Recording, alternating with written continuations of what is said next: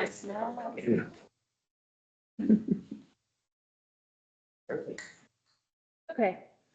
there we go. Online folks, are you hearing us or hearing me talk? Yeah, you sound good, Jessica. Great. Are you ready to take the lead on running the meeting today? I already warned Zach he might have to do it, but here I am virtually. So I guess I'll go for it, and I would love help if I mess up.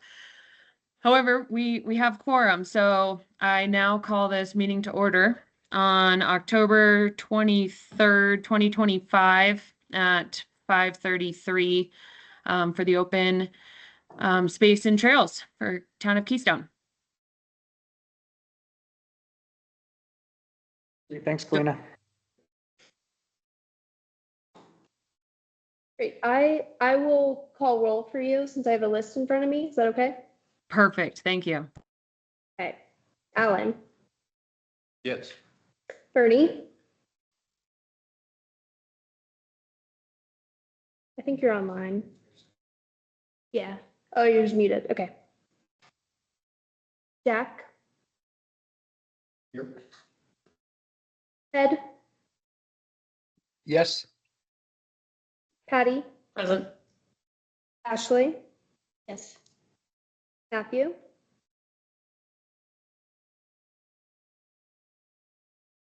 Okay. Chrissy, Here. Mia, Here. Dan, Yep, Dan's here. Dawn,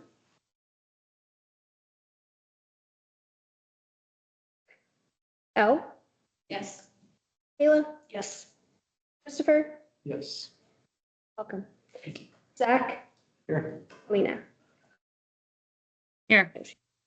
Okay. So then we need approval for previous meeting notes. Lindsay, Jessica, I don't see it on here. So we'll take a vote to approve today's agenda and then the consent agenda for the minutes. Great. Thanks for being patient while I stumble through this with you guys. No worries. Yeah, so let's approve this agenda. Can I get a motion to approve? I motion to approve. And a second? Second. Whew. All right, Jessica, what else do I need to do? Just ask for a vote in favor. Oh, can I get a vote in favor? All the ayes. Right. I was told I would be given help and resources to conduct this. So again, appreciate your guys' patience. I will do some of my own work on Robert's rule here and be better next time. Yeah. Thank you. We can get you resources, but you're doing great and we don't need to be too worried about the process. We'll be okay. Okay. Consent agenda is just last meeting's minutes. You're up there.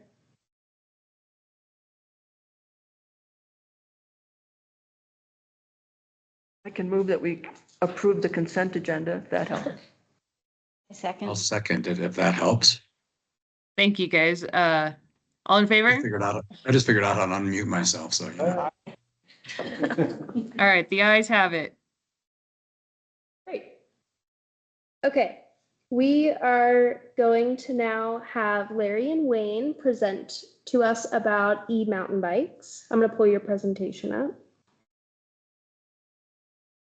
If I speak at this volume, can those of you online hear me? You sound great. Okay, And just let me know when you want me to change the slides. okay. Thanks, first of all, for letting us come and speak to you. We've been talking to a lot of stakeholders around the county about the possibility of allowing Class 1 e-mountain bikes on the soft surface trails, primarily controlled by the Forest Service. And we've been working extensively with the Forest Service as well, as you'll see in a second. If you'll go ahead and flip it, this is something that seems to it's a very emotional topic for a lot of people. And I hope that when we finish tonight, we'll take a little bit of the emotion out of it. And I'll start by introducing who we are. So my name is Larry Kelly. I represent this group here, which is Summit Mountain Biking.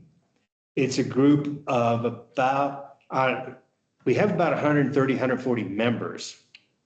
There's probably 40 of us that are very active. And all of us have been very involved in working the trails for quite some time. Getting ready for this presentation, I went into Trail Forks and realized in the last 15 to 18 years, I've worked on more than 65 of the trails in the county.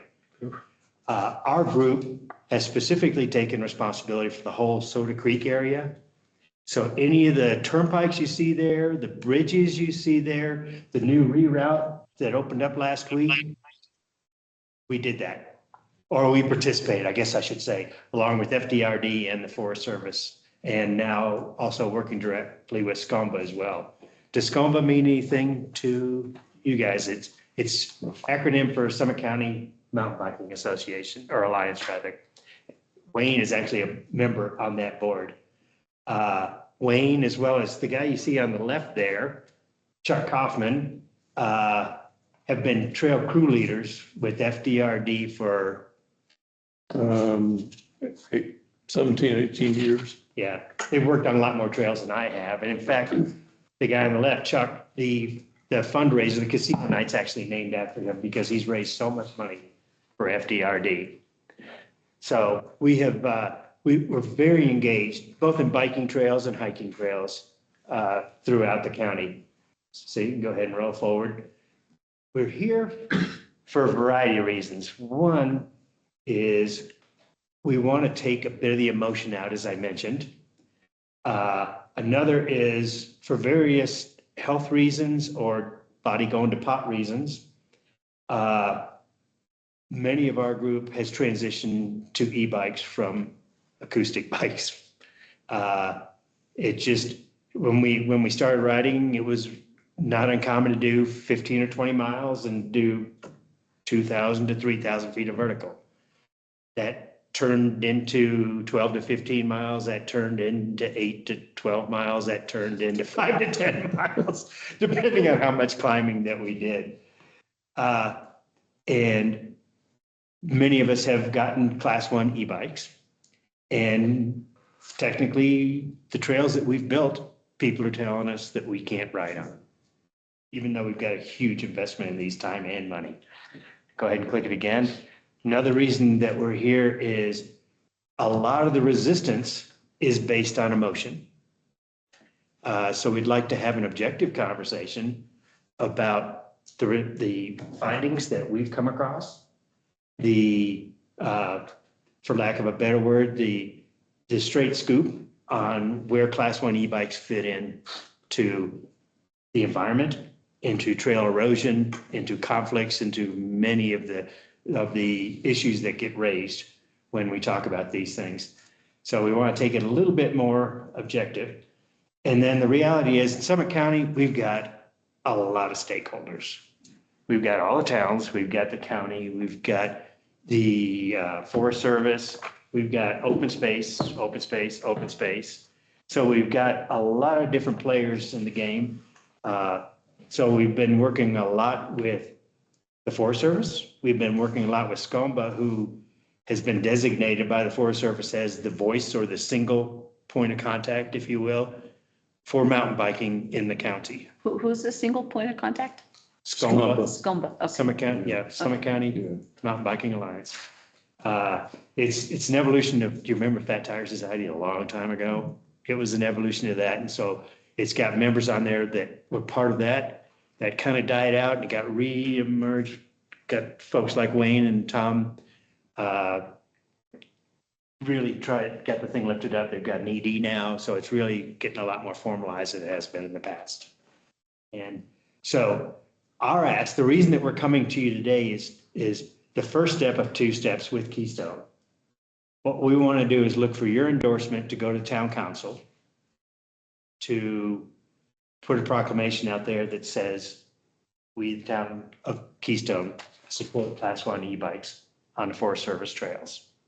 And so that's, hopefully by the end of the conversation tonight, you'll go, okay, it's legit what they're asking for, and it's not a threat to my quality of trail use. So a specific example of that is SCOMBA has issued a statement on Class 1 e-bikes. And so I've got this directly from their website. And basically, we did the same discussion that we're having right now with them. And it is a mix of a couple of tired people like Wayne and some guys that are absolutely hardcore bikers. And the board decision was unanimous to put this out after we had the conversation. So. And I will say that, believe it or not, the hardcore bikers are the ones that first brought this up and said, we need to talk about e-bikes. We need to take a position. And they were in favor of it from day one, which was to me a shocking endeavor, because these two guys spend more time in the air than they do on the ground. So we were very, very excited when SCOMBA said, yes, we support expanding access. Can I ask a quick question? Sure. This goes through the different classifications of e-bikes. We're going to go to that in one second. I'm sorry. No, that's, Yeah, so if we'll go ahead and move forward and keep clicking. Basically, we're fighting the same kind of discussions that snowboards had when they were introduced to ski areas.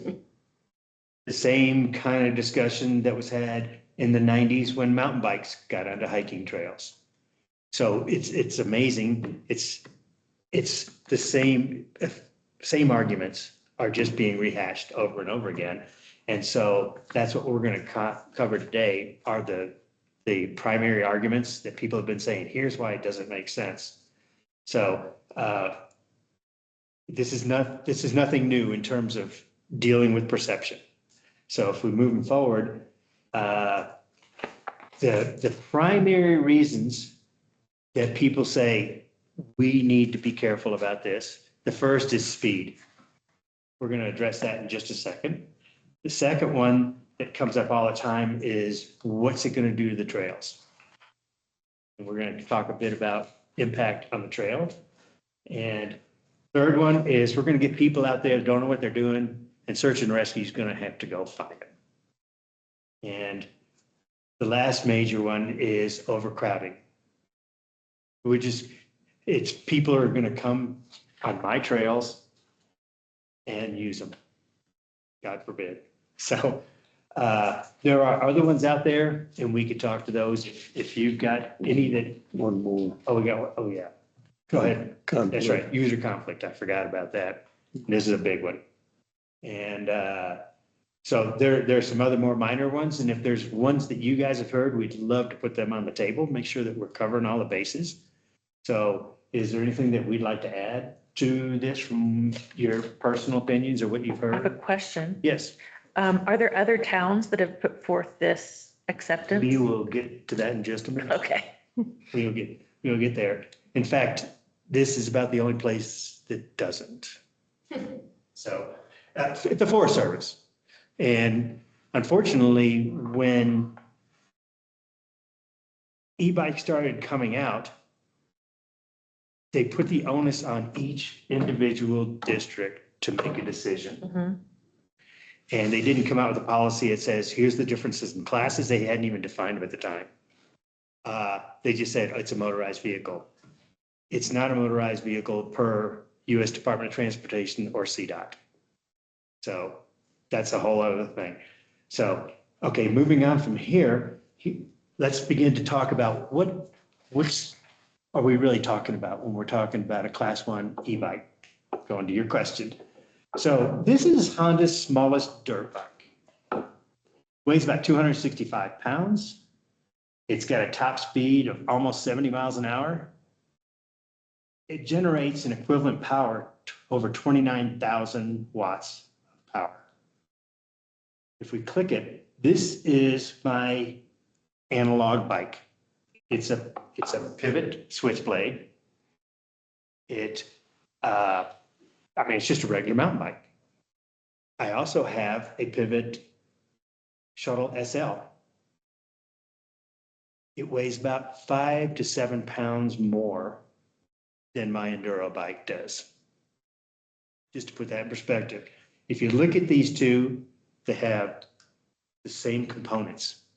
They got the same derailleur, the same brakes, the same suspension. So if this was a big burly beast that's going to go out there and rip it up, you think they would put harder core components on it. So just to make a point there, a Class 1 e-bike, just to put it in perspective, is a bike that's pedal assist. It will not move unless you're putting something into it. So essentially you get out of it what you put into it. Now there's 3 levels, so you don't have to put quite as much in at the higher levels. So basically I've got mine set up 1/3, 2/3 full power. The interesting thing about Class 1 e-bikes is they literally shut off when you hit 20 miles an hour by law. And the only time I really encounter that is if I'm on a road going downhill trying to get back to the trailhead. And all of a sudden I realize that I'm having to put 100% into it. So literally you get no help once you get to 30 miles an hour. 20. 20 miles an hour. Class 2 e-bike is one that also goes 20 miles an hour, but it has a throttle. So you can ride it without putting any assistance into it. And then there's a Class 3 e-bike that is only pedal assist as well, but it will go up to 28 miles an hour. So our proposal and what you'll see in the environmental analyses that have been done by the Forest Service are all around Class 1 e-bikes. Okay. So when we were putting this together, we just quickly listed the primary brands that are out there of true mountain bikes. Of these, here's how many, when we put this together, do a Class 2 or a Class 3 bike. Specialized now has a bike that if you get off and you have to make some changes. You can't do it really on the fly. You can get it to Class 3, and they built that for commuting purposes. So it's not meant to go on the trail as a Class 3. It's meant to get you to the trail. And it defaults to 1. So when you turn it off and turn it back on, it's a 1. And you've got to go through several steps to get it to Class 3. It's not a one button Yes, push. right. So this was a lot more powerful when the answer was 0, but unfortunately, I was disappointed when they came out with that. They've kind of muddied the water, in my opinion. So, So, okay. So what impact, how do we take this thing from an objective analysis to, from an emotional analysis to an objective one? And the safest way to do that is to take a look at the studies that have been done. So this is in your pack. Is it in their packet? So these are all hot links to the EAs. So if you're familiar with those, this is 120, 150 pages of analyses that take a look at all the things that we listed, plus some. They also take a look at the impact on animals, the sound, all those types of things. And so you can go ahead and flip through, because if you've seen this, you know what these are. I mean, one example is the Womble Trail over in Arkansas. I've ridden that. Arkansas has 7 IMBA epic trails. And if you don't know what those are ones that are 50 to 75 miles long that give you a wilderness experience. Because, I mean, you're in the middle of nowhere. I've ridden the Womble Trail both with my analog bike and with my e-bike. You are in the middle of nowhere. You do cross the highway once. But, I mean, you have to drive 30 minutes from Hot Springs just to get to one of the closest trailheads. And that one, they put 120 miles or so into use. So if you take a look at analyzing the risk to people being in the backcountry and getting hurt, they tested it out and are satisfied that it's, because these bikes perform just like an analog regular mountain bike. So the same person that goes out there with the Z-bike is going to be riding the same way as he would have on a regular bicycle. So you take a look at these things. Jackson, so you're asking where? Jackson, Wyoming. Mhm. Steamboat, and I'm going to go through all these in more detail. Bend is right now, they've done their initial assessment. Lake Tahoe Basin, they've done 3 analyses out there and they've opened the entire basin up. Now they're in some administrative issues right now, but they've already done their final environmental analysis for the entire basin. So take a look at other folks, the National Park Service. Anywhere a mountain bike can ride in a national park, you can ride a Class 1 e-bike. Colorado Parks and Wildlife, any state park, you can ride, any trail you can ride an e-bike on, you can ride a Class 1 e-bike. Jefferson County, same thing. So it's spreading like crazy. More than 50% of bike sales now are e-bikes. That number's, the curves are totally different right now. So the reality is it is happening. We're just trying to work on how we can accelerate it here. And in fact, talking, you guys know Sam Mossman. And so Sam basically has recreation for the White River National Forest. So I've been working with him, and then until he left, Adam Bianchi. And one of the things that we're talking about is they both recognize that the studies show there is no difference. These are all FONSIs, findings of no significant impact. They said this is not a technical or environmental issue. It's a social issue. And so they encouraged us to meet with everybody, and that's what we're doing. And they also said, let's look at an area where we have total control. So we, for our pilot program, we don't have to interface with any open space. We don't have to interface with any town.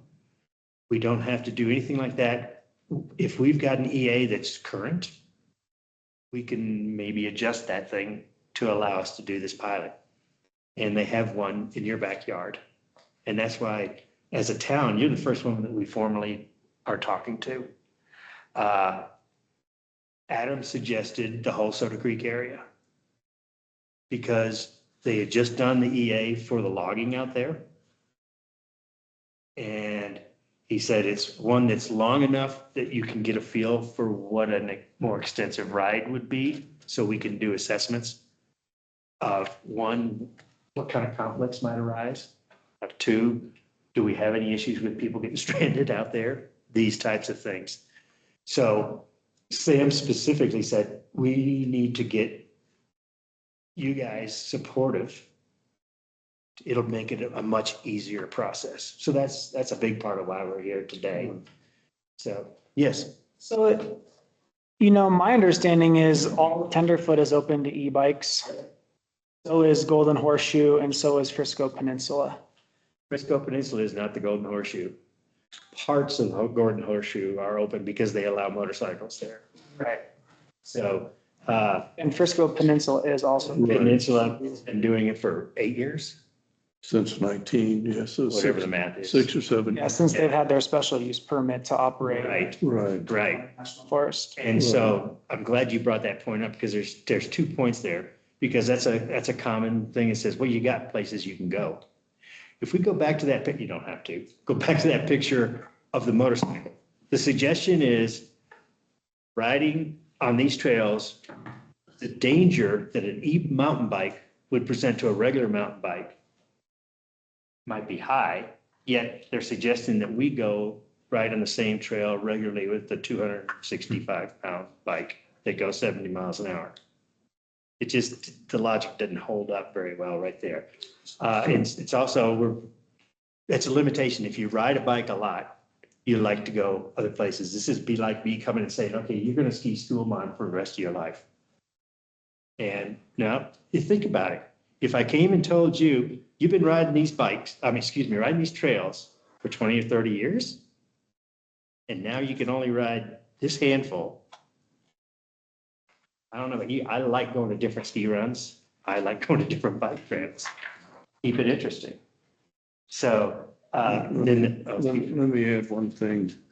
So a couple of years ago, I wrote a letter to Chief Randy Moore from the Chief of the Forest Service, outlining many of the points that we're talking about now.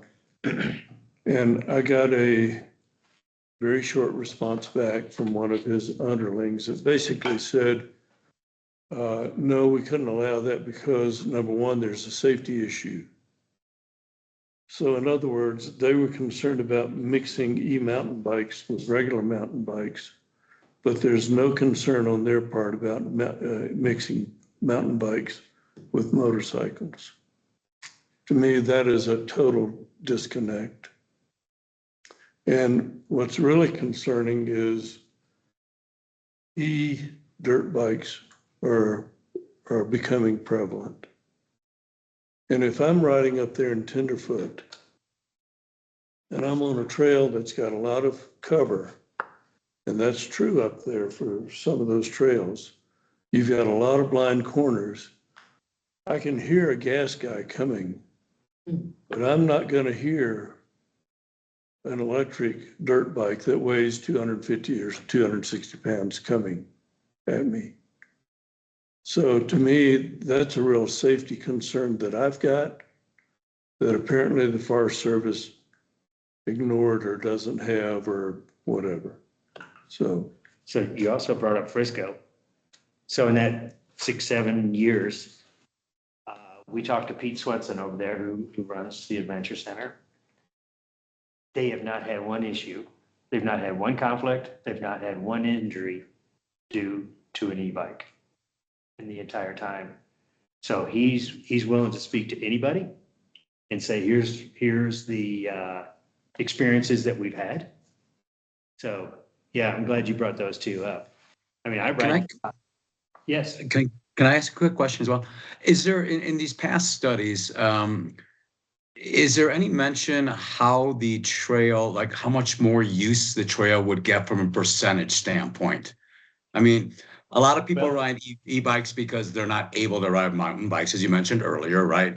And I'm kind of concerned that we may get tourists who are inexperienced e-bike riders, and how much more, how many more bikes would we have on the trail from a percent? I don't know if that's in any of those studies. Yeah, that's a great comment. So let me come at that from a couple of perspectives.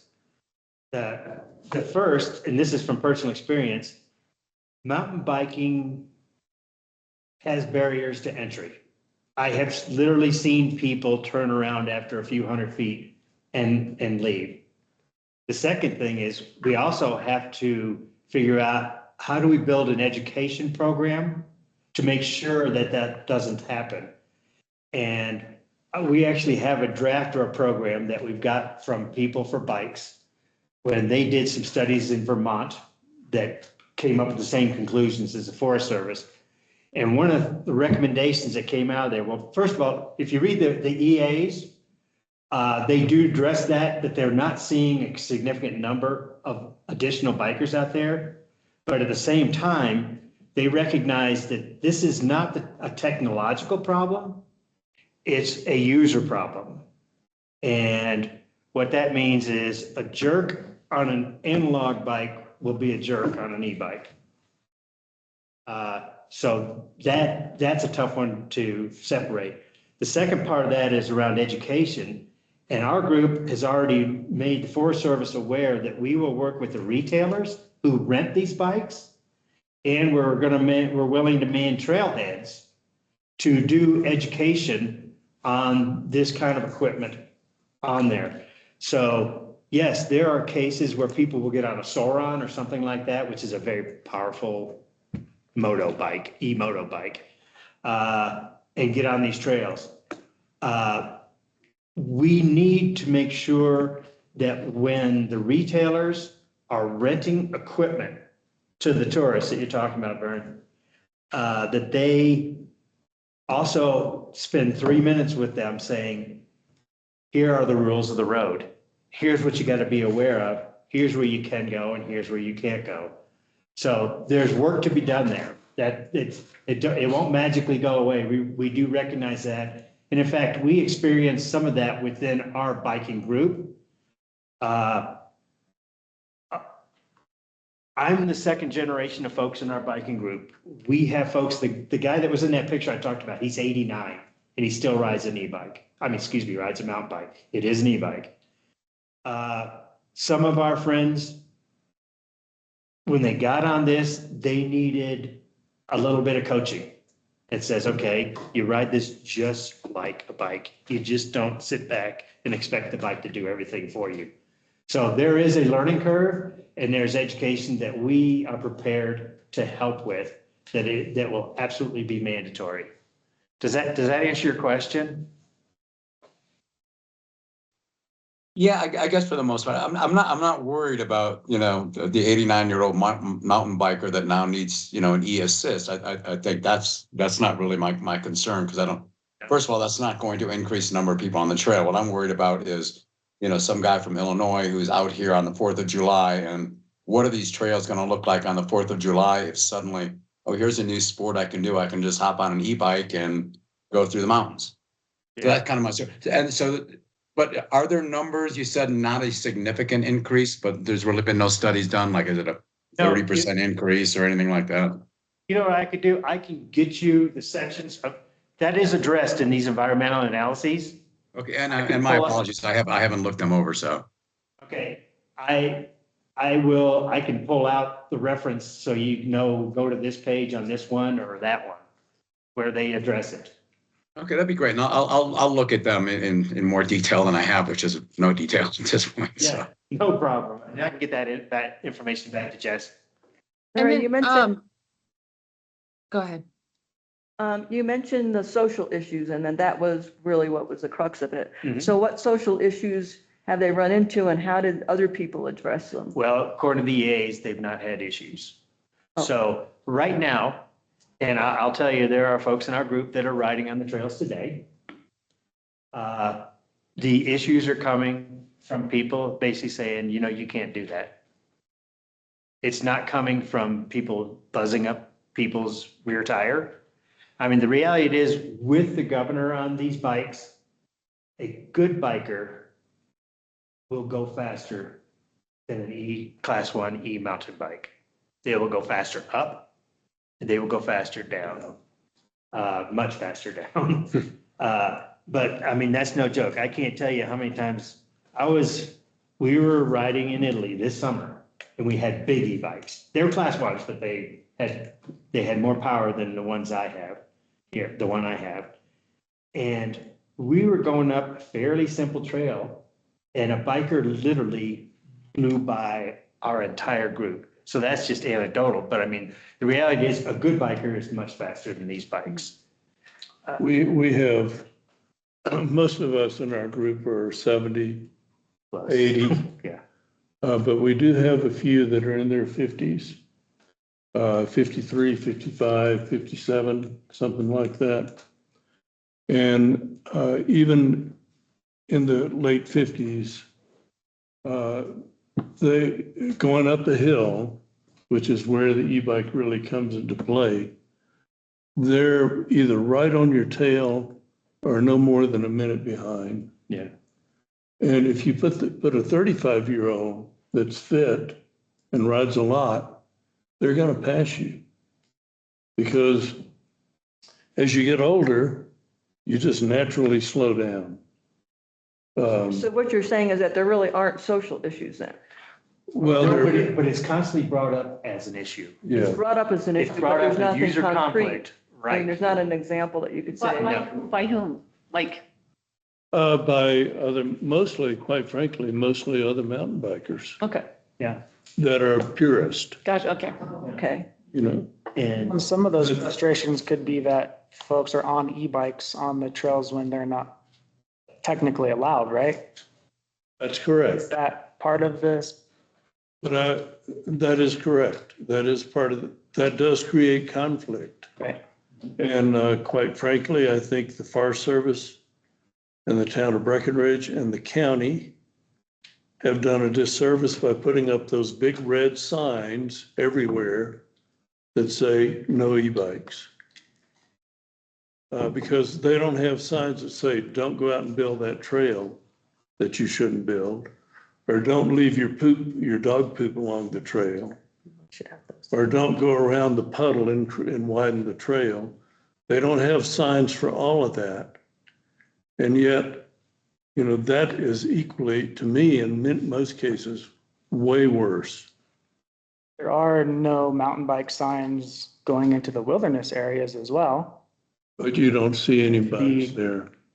Well, exactly, because that's been kind of a precedent that has been set over time, right? Right. And, you know, we would be the last people in the world to say we want access to the wilderness we area. discussed this with Sam and Adam, a specific point. And they said, we have to rely on social etiquette. Right now, you don't see motorcycles on a lot of these trails. They stay in the motorcycle area. You don't see people abusing the trail. And they basically says, there's a point where we don't have the ability to enforce it anyway. So there has to be a point where you you look to people to have social etiquette to make a decision or not. Now, to go to your point that says, well, there's people out there today. I've thought a lot about that because of the frustration I feel with the way things are right now. And it occurred to me, why do we put rules and laws in place? We put rules and laws in place to protect people, to protect the environment, to protect various things so people don't get harmed or the environment doesn't get harmed. If we have studies that show that there is no significant impact, legitimate studies, all these are a year old or less. They're hot off the press that say that there's no significant impact. And this is something that Adam absolutely confirmed, was there is no reason not to. But we've got to get everybody on board so that the conflicts don't take place because somebody says, well, you're a rule breaker. And so that's part of our education process. So we're trying to get there. We just want to do it while we're still riding bikes, you know? You referenced the studies. Mhm. And how comprehensive is the ability to ride an e-bike on mountain biking trails throughout the country where you have major mountain biking areas? We're going to get there in 1 second. Okay, because I think in the context of this, It's huge. It's huge. It's huge across the country. It's huge around the world. okay, I mean, and I can give you personal examples of that. And so, I mean, these are the summary that you'll find on virtually every single one of these. and these studies that Analyses. you've referenced, Yeah, they have, because it's so prevalent, they have data that they can access. and Absolutely. coming, they did the studies. They did soil studies to see if there's a different erosion. They did impact analyses on whether animals scattered more with an e-bike going by. They did sound tests on the bikes versus in the conclusions there are the amount of noise made in the gears and the pedals is no more or no less than it is on an e-bike, e-mountain bike, class 1. I put this up here because, and this has actually changed. The BLM is opening up its universe. What is BLM? Oh, Bureau of Land Management. Okay, thanks. All these, So, yeah. thank you. All this open space, it's not Forest Service, it's an area where it's a lot less restrictive than the Forest Service. So drilling takes place on BLM land. different mineral exploration. It's cattle leases, those kinds of things take place. An example of BLM land is all the land around Grand Junction and Fruita. BLM, Moab, BLM, most of Moab, BLM. They came out with an exception program because I'll really admit this, I've had bypass surgery. If you've got a health issue, you can literally write the BLM and say, I've been riding here.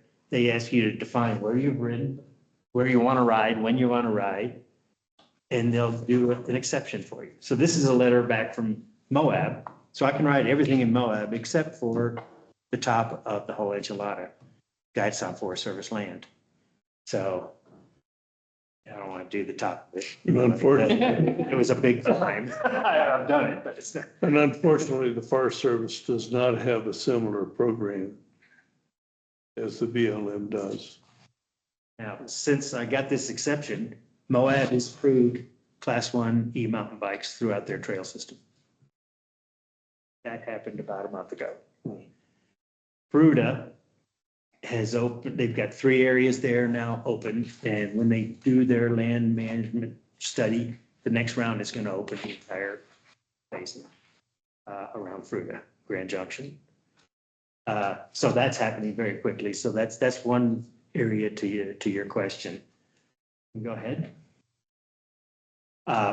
When Moab was doing the stuff, well, this is old news now because it's already approved.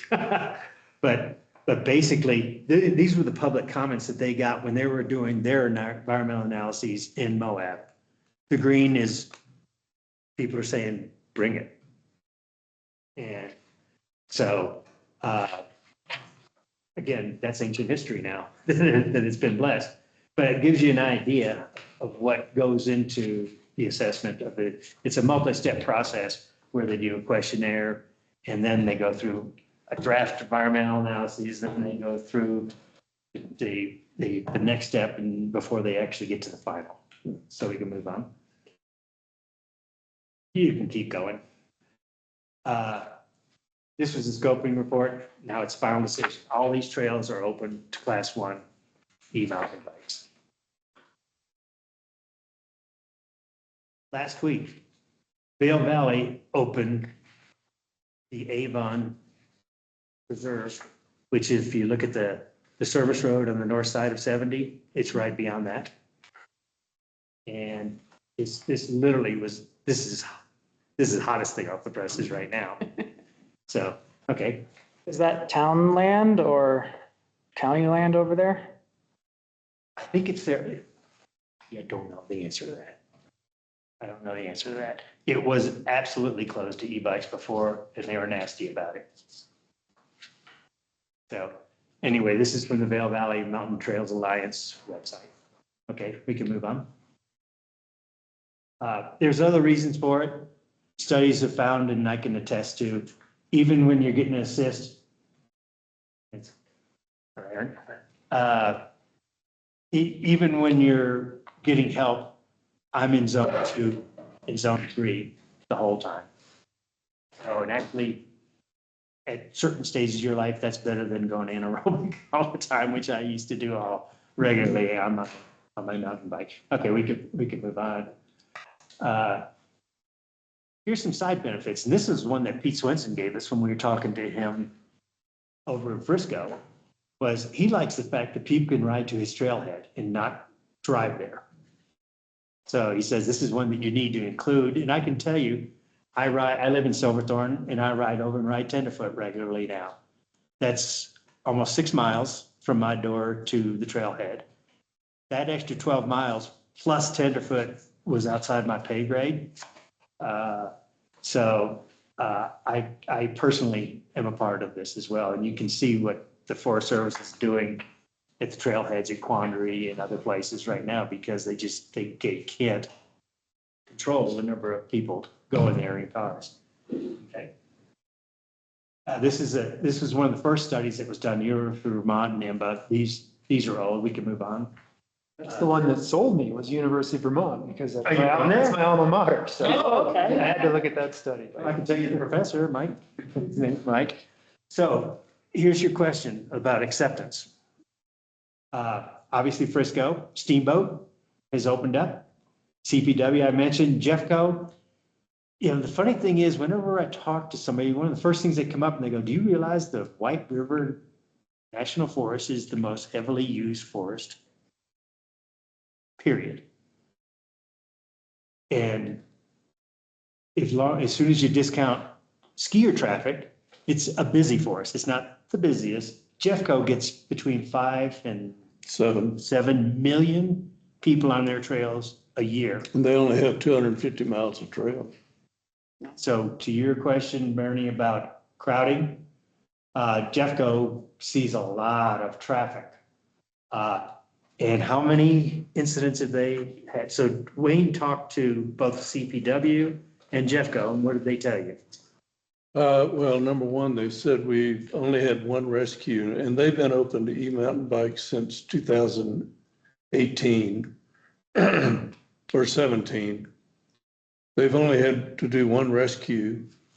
That was an overweight employee on an e-bike that went too far, too fast, putting up no hunting signs, ran out of battery and had to be rescued. Now, they've had, and conflicts.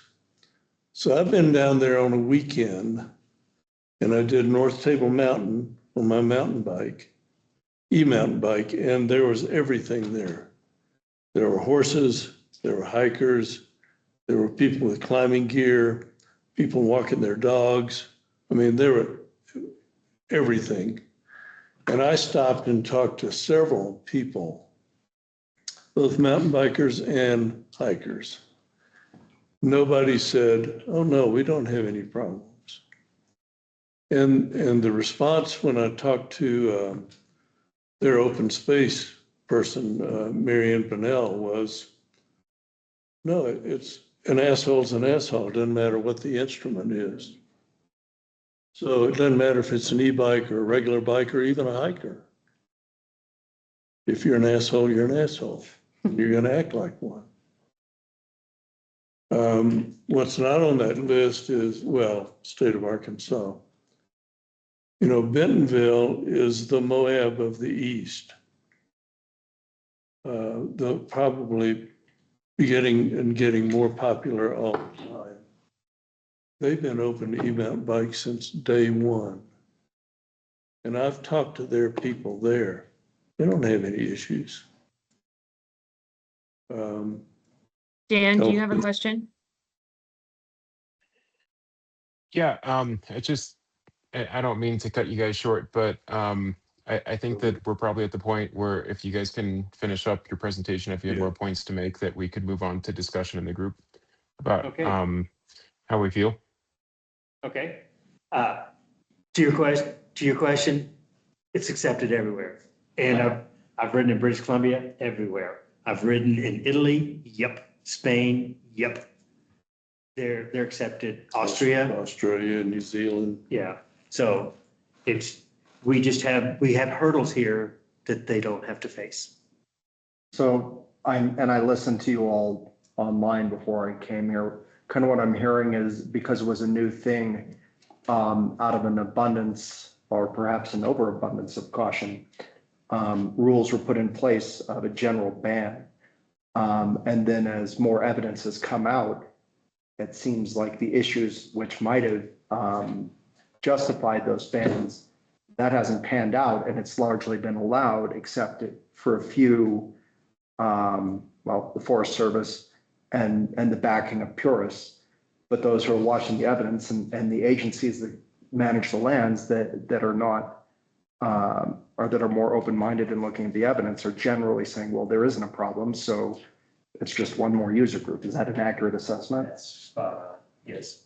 And I noticed like some areas around here, I mean, we could say like Bellingham, and that wasn't on there, but Virginia Canyon down in Idaho Springs is probably like 50% e-bikes. And I ride my regular bike probably 85% of the days, and I ride my e-bike 15%, but I go down there and regular bikers pass me on my e-bike all the time going up the hill because, well, it's lightweight, it's not that fast. But this next step is not tailored specifically to Keystone. But what we'd like to do is get your endorsement so that we are sponsored essentially to go to the town council to get a proclamation put in place, much like that SCOMBA one that we showed before. We're going to be asking the same thing of Frisco, Silverthorne, Breckenridge. But because this area was identified and you were adjacent to an area that the Forest Service thought might be a good place for a pilot, Sam recommended that you guys be the first on the hit parade to talk to. Excuse me, are you asking to have openness with E1 bikes for all trails or just the bike trails that are approved? For any place a mountain bike can go, is what we're asking for. Okay. Quick question on that. Do you have a map of the mountain bike approved areas in Keystone? We've been having some difficulty. Maybe we've gotten this. We haven't had our regular meeting yet, but do you have maps of what is mountain bike approved in the Keystone area? And is that something you could share with us? So maybe we can see exactly the routes you're talking about. I know Sam has that. A good source is Trail Forks. Have you heard of that application? So Trail Forks is, it's got drop downs for mountain bikes, hiking, etc. And it's mostly accurate. So you can literally click on any trail in this area, for example. And when you look at the trail description, it'll say hiking only, hiking and walking only. It'll say mountain bikes. It'll say mountain bikes and e-mountain bikes. So it's got a pretty good delineation, and for the most part, it's accurate. Yes. Can I add, to my knowledge, I mean, Keystone Mountain, of course, is a whole different entity, but in terms of trails that are not on Keystone Mountain, I don't know of any that are hiking only or hiking and horse only. Every trail that I'm aware of within the immediate vicinity of Keystone is open to mountain biking. Just lower than that Aqueduct Trail is the one horse trail that's Yeah, exactly. hiking, but that's Right. very clearly like. Right. And Right. there is one, a social trail on the south side of the river, Snake River, Exactly, yeah. where there are some signs that say no bikes. Yeah. So, South side of the river. Wouldn't want to. In Settlers Lakeside Creek, and Science School. in the Settlers Creek Oh, area. yeah, that's right. And all Oh, those. yeah, and it goes all the way That's across. just It goes to my neighborhood too. Yeah, and it Yeah, it goes down to Elk Run too, and Elk Circle. There's another good app out there. It's called Cotrex, Cotrex. So I kind of use that in conjunction with a lot of these other apps. I use Trail Forks, but I also use Onyx. But if I'm ever confused, I go to Cotrex because Cotrex actually pulls their information directly from the Forest Service. They have an agreement with the Washington office, and they have all of the actual sanctioned and approved trails that are allowed from the federal agency. So if you're ever in question and want to cross-reference, I use Cotrex in addition to all these others. Is that an app or a website? Yeah, hey, It's both. that's great, you guys. Let's stay on topic of what was it look like if we had class 1 and mountain bike that don't have differentiation. So a side conversation of what trails should have bikes on it to begin with, but any other thoughts around the class 1 bikes? You want us to stay or to leave? We'll stick around to answer questions. I guess I had one other question. You're saying you propose all trails in, I guess for our discussion here, within Keystone, you would like to see them be allowed? No, we specifically identified Soda Creek because they had just recently done an EA there. Right. And Adam's suggestion was it would be easier to open that up without having to spend 5 or 6 years doing a full-blown EA. And does that include the Colorado Trail / Continental Divide Trail? A different management structure. Correct. And so we've actually talked to them, and right now they're not keen on the idea, although they do allow mountain bikes on that trail. So have you guys come up with any ideas of how to manage keeping those class 1 e-bikes on just the Soda Creek, Horseshoe Gulch trails and not on the Colorado Trail? Because as you guys all know, the Colorado Trail intersects all of those trails. And so I foresee a management struggle there. Well, that, we were gonna have to work with the Forest Service and the Colorado Trail Alliance. Yeah, there's the Colorado Trail Foundation and the CDTC Continental Divide Trail. The Colorado Trail Foundation apparently has nothing in writing about e-mountain bikes. The Continental Divide Trail Alliance, which is a nonprofit,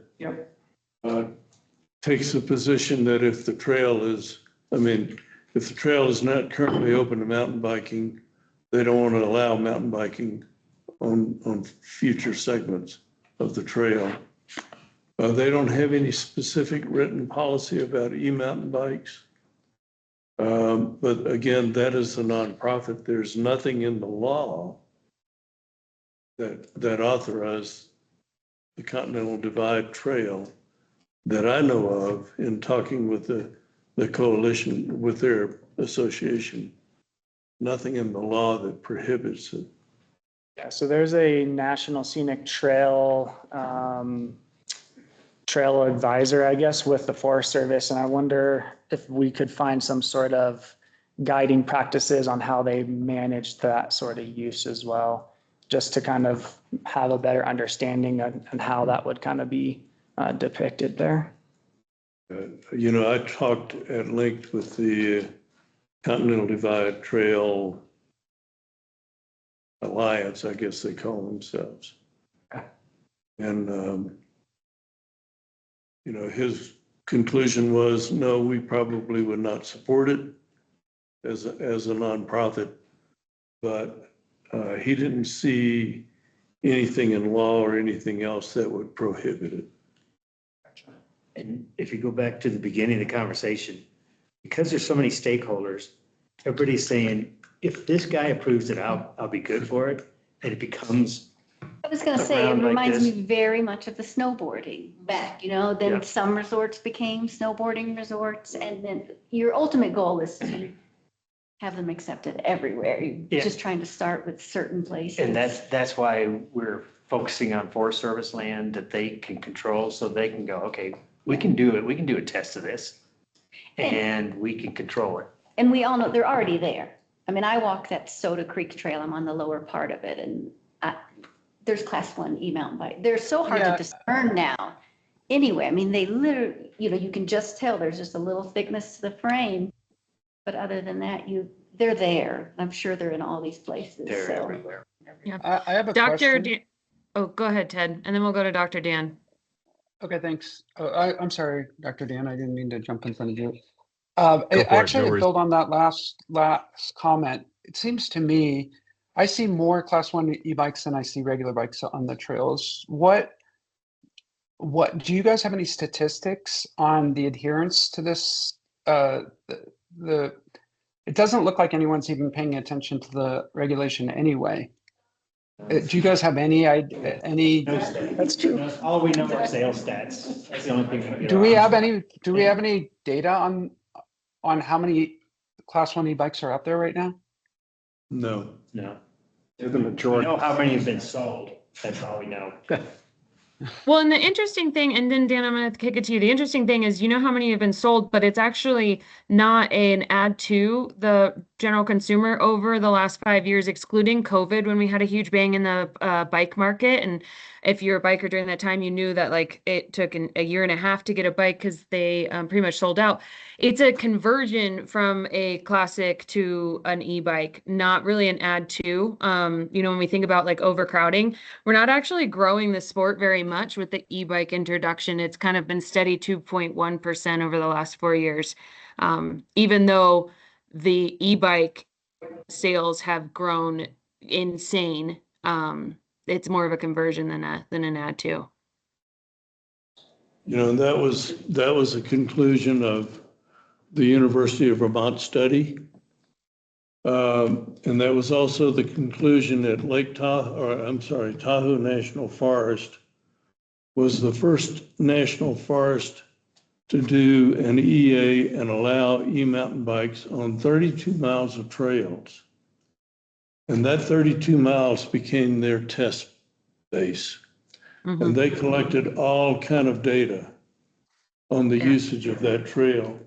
And that was one of the points, is that there wasn't really a big major increase in usage, that it was people replacing their traditional bike with an e-bike, like me, like Larry, and others. Okay. Dan? Yeah, I guess just to clarify to start, I hear what you're saying. I personally went through a period after my knee surgery that I did use a Class 1 road bike, and I understand the shame and whatnot that I got from the biking community for being on an e-bike. So I'll put that there. My concern is that I feel uncomfortable at times going for a walk with me and my dog on trails in the Soda Creek area because of bicycle behavior. And I'm not trying to classify between e-bikes or mountain bikes. A lot of it's good, a lot of it's bad. So to get back to the point, it sounds like what you're asking of us is, as a town, to condone e-bike, Class 1 e-bike use. And in a sense, I don't really have a personal problem. The difference between a Class 1 e-bike and a regular mountain bike. I hear what you're saying, that regular mountain bikes can be more of an asshole than e-bikes. I think the real question is, I have a hard time coming up and saying as a town that we're condoning this progression or this acceleration of biking behavior when we don't really have a basis for like the appropriate bicycle behavior in the first place.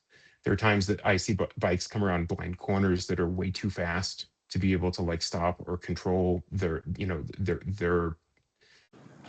trail progression when they see a pedestrian or a dog. They brake, they slide, and then they look at me and they cuss at me because I was there. So what my ask is, like, I'm personally happy to support this idea, especially what you're saying is folks that aren't 30 or 20 or whatever and have this really great physiologic reserve to be able to do whatever they want on a regular mountain bike, that they need a motor to help them. I think that's great, and I think that's fine. But I think that we as a community need to come together and figure out how we're gonna have a good standard for what is good civic behavior. And back to the same idea that, like, I've been passed on the paved rec path along the river with Class 2 e-bikes that are going 30 miles an hour. So we have bad behavior all around, and I think we need to focus on the behavior and not the exact machine that's causing it. So thanks for listening. Oh, thank you.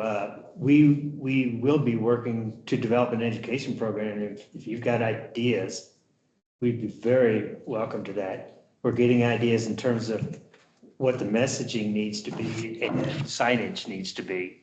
And so we welcome any input to help with etiquette. And that's really what it comes down to. It's good etiquette.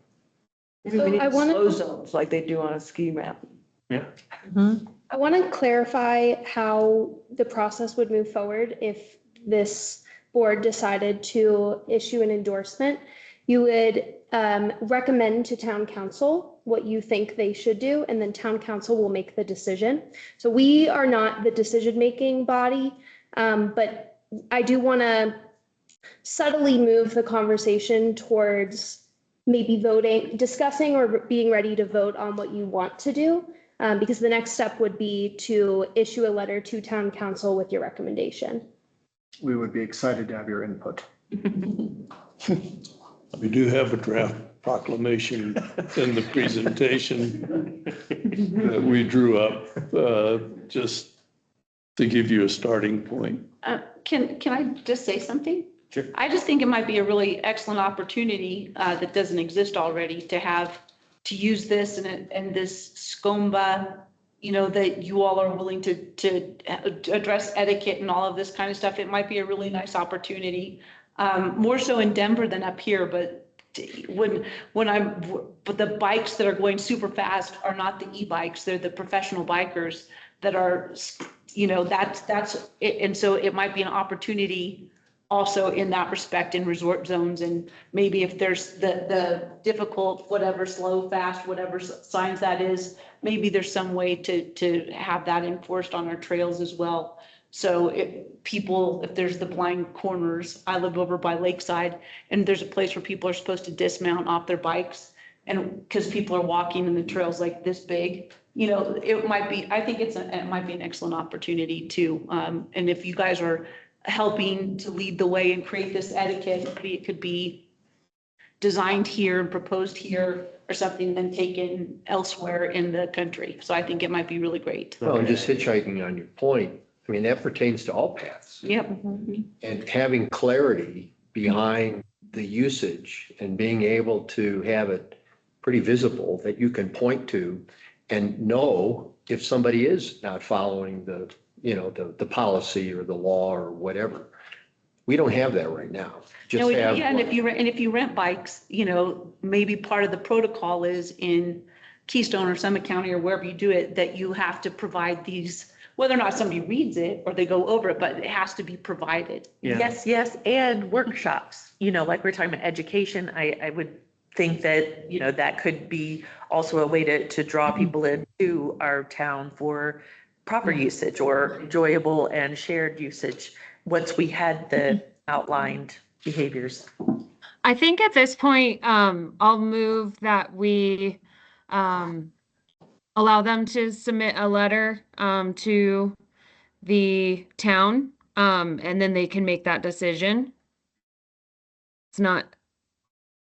Could we specify on the letter that they are agreeing that there would be the you know, educational signage? That can be a possibly part, yeah, that could be a part the of our recommendation that we will come back together with. Because we'll make a recommendation to the town, right, where the decision will be made. And in that recommendation, we can specify some of that. Yes. So, yeah, kind of like you motioned, the idea is, does this board want to issue a letter of endorsement or not issue a letter of endorsement to the town council? So can we motion? And then that at this, we endorse it?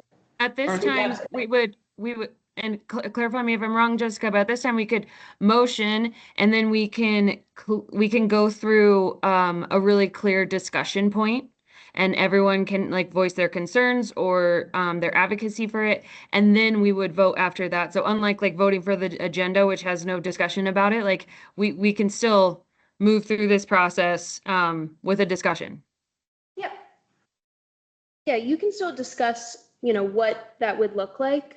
And if it seems like that discussion would take longer than we have today, we can, you know, extend that discussion and make a decision finally. But I think the main thing is thank you both for coming to present, and I think it's time to determine what action you all want to take to move forward with potentially recommending something to the town council. Would you like us to leave? Yeah. I don't. Okay. That's just. May I make just one final brief point? The Forest Service has told us, Adam has said this on more than one occasion, though he's no longer here, of course, that because of this is a social issue, not a technological issue or whatever, that he would like to know that the county supports the introduction of e-mountain bikes on Forest Service trails. And that's why he's looking for the towns and the county to say, yea, verily, we would support a decision if you open Swan, you know, the Soda Creek drainage to e-mountain bikes. We would not object to that. We would support that.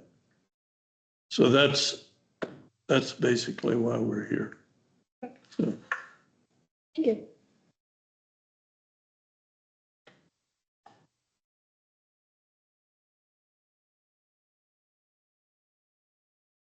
So does anyone have another, you know, discussion item they want to talk about, or does someone have a motion that they want to make on potentially issuing a letter of endorsement or not? I would like to make a motion to issue endorsement. I was Second it. discuss along in the process, one other aspect. But I second. Can I also talk about just, it sounds like, because we just are getting to which trails offer mountain biking, which trails do not. Would this allow us to be more firm in that allotment and possibly even change what is existing? Like, I don't think when the council takes your advice on whether to issue a general letter of support, they'll, in that same action, want to get into the nitty gritty. That'll be up to you all to make those recommendations as a separate set of actions. I wouldn't necessarily. thank you. Okay. Yeah, I mean, Paulina, personally, may I would like some more information before we take a vote. I mean, I would like to look at these studies a little bit closer. I'd like to look at the code tracks and the Trail Forks maps to see exactly what we're talking about. I mean, I can tell you my neighbors up here had nothing to do with this. I didn't even know you were speaking today. You know, and I live right on the rec path. They're constantly complaining about how fast the e-bikes are going. Okay, granted, regular bikes can go much faster. I get that, and I'm more worried about those guys myself. But there's just a lot more people going quickly because some of these people wouldn't be going that quickly if they weren't on an e-bike. They wouldn't be going 20 miles an hour up the hill. So, I mean, that's my personal input is I'd like a little bit more research or time to take a look at things. Yeah, we can wait to take a vote with that. I do agree. Dan? I was going to So, say, is this a motion to table? Sorry, can I interrupt for a second? With the motion present to endorse and it's seconded, Yeah. After discussion, we will vote on that motion. Unless there's a motion to table it.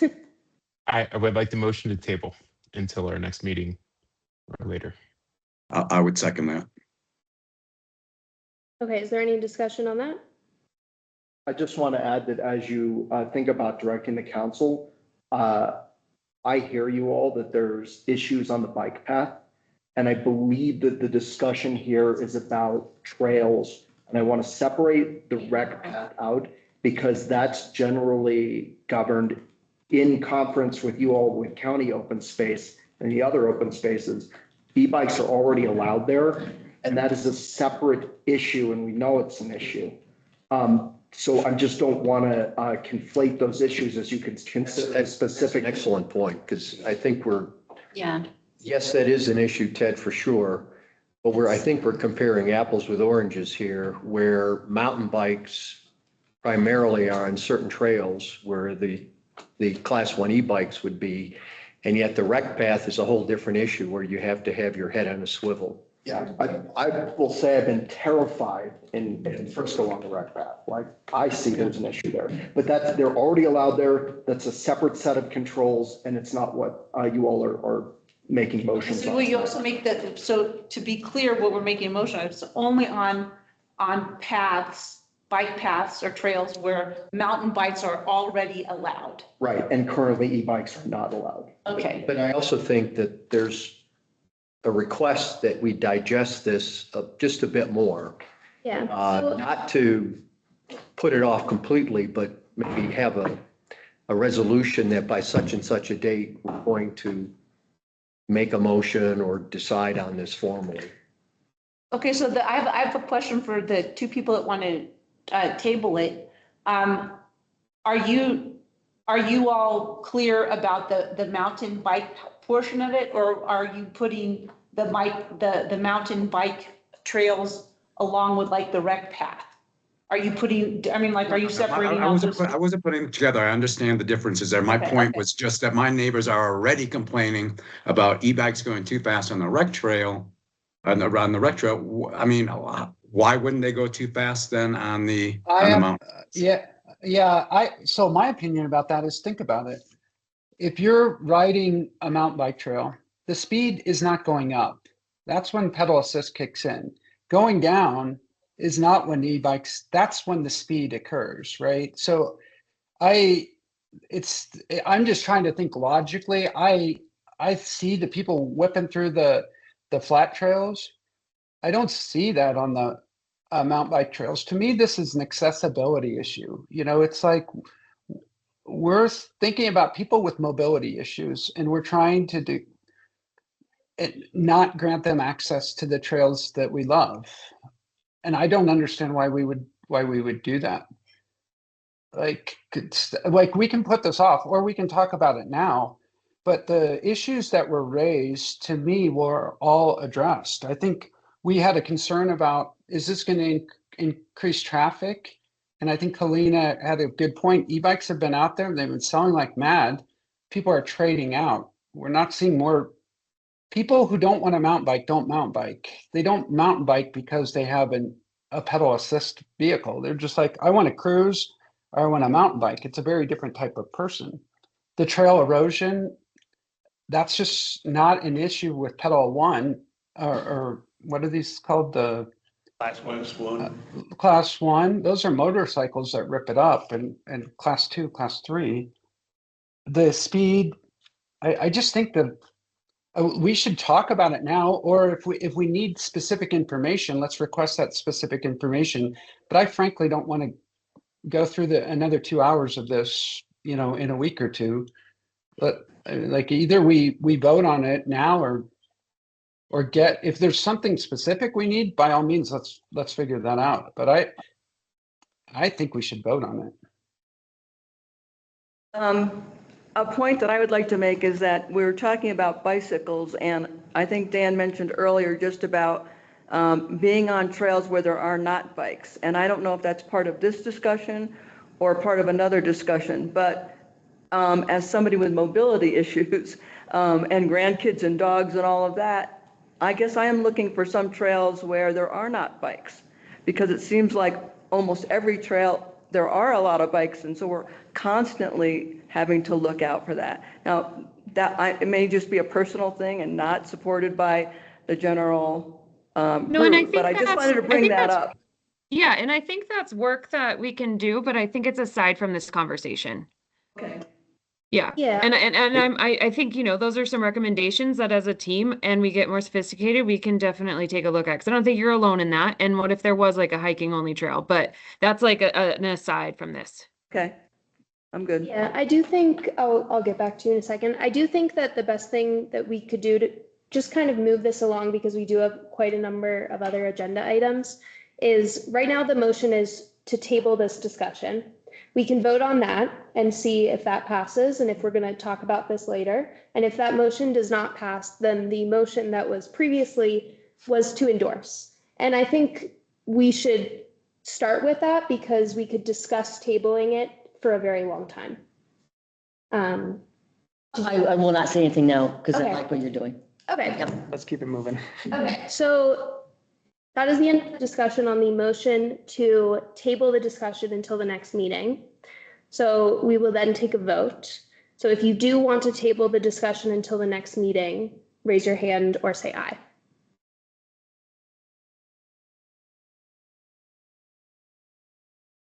Team on Teams, can you actually physically raise your hand on Teams? Just because it'll count it that way. So like put your hand raise function up through the app. Perfect. And I do see that there are two yeses. So the motion does not pass to table the discussion, which brings us back to the motion to endorse. Do we feel that there is more that needs to be discussed, or have we really run the gambit and are ready to vote? Ready. Okay. So we're voting on the motion to issue a letter of endorsement to give recommendation to town council. If you want that motion, raise your hand or say aye.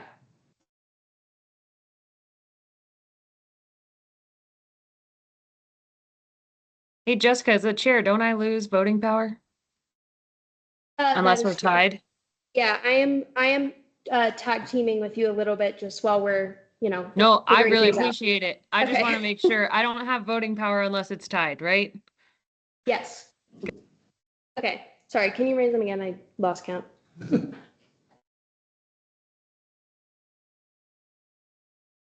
Okay, The motion passes.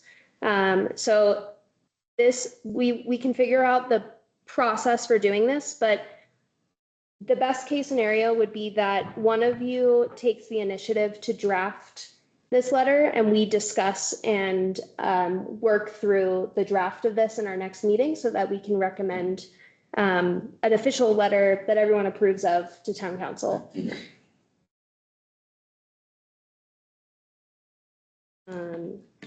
Does anyone want to draft, and with my help, a letter of endorsement? I will draft it with your help. Okay. Or anyone's They help. could probably help also. Yeah. Yeah, part of the presentation is a draft proclamation. Perfect, thank you. Okay. It's a later presentation. You don't have it yet, Jess. And then that'll also have the distinguish up where the mountain bikes are already there, so that'll be addressed. Yeah. What it pertains to and what it doesn't pertain to. Yeah. Yeah. Which are So issues. we'll make sure that for the next meeting, that letter is drafted so that you all have a chance to review, and I will definitely work with you so that we get it done a lot earlier, so you have the opportunity to send me comments and we can keep working through that. And there's another opportunity for discussion in the next meeting. Okay, great. Thanks for letting me push you through this a little bit. I don't want everyone here to be here until super late because there's so much to discuss, and I think we probably should go. I appreciate it. Okay. Thank you both so much. Thank you, Larry and Wayne. Appreciate it very much.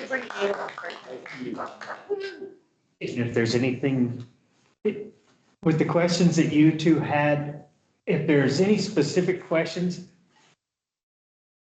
I play now and do this kind of stuff. So I can take time, I can digest the EAs. If there's specific questions, you want me to cite references from those, if you'll run those through Jess, that would be great. And I'll do the legwork for you because each of these is 150 plus pages long. And so I can do that for you. And if there's anything that we would need to help you prepare or present to the town council, I'll bring that up as well. And thank you guys for your service on the trails. We really appreciate that. You're welcome. You're welcome. Our pleasure. I love travel work. He does. I don't. All right, good night. Night. Thank you.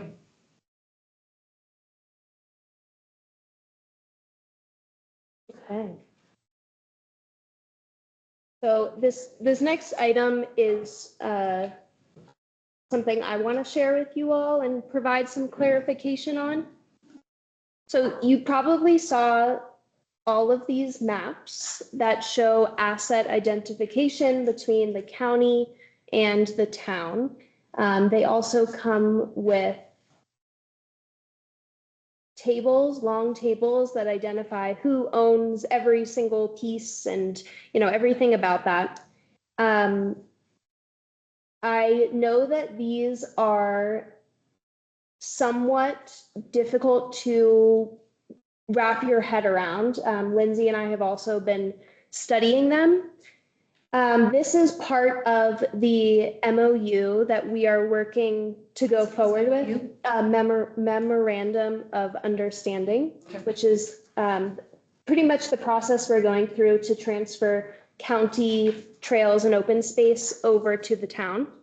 It hasn't been officially done yet, but this is kind of the first step, is reviewing these maps that show all the different pieces and who owns what.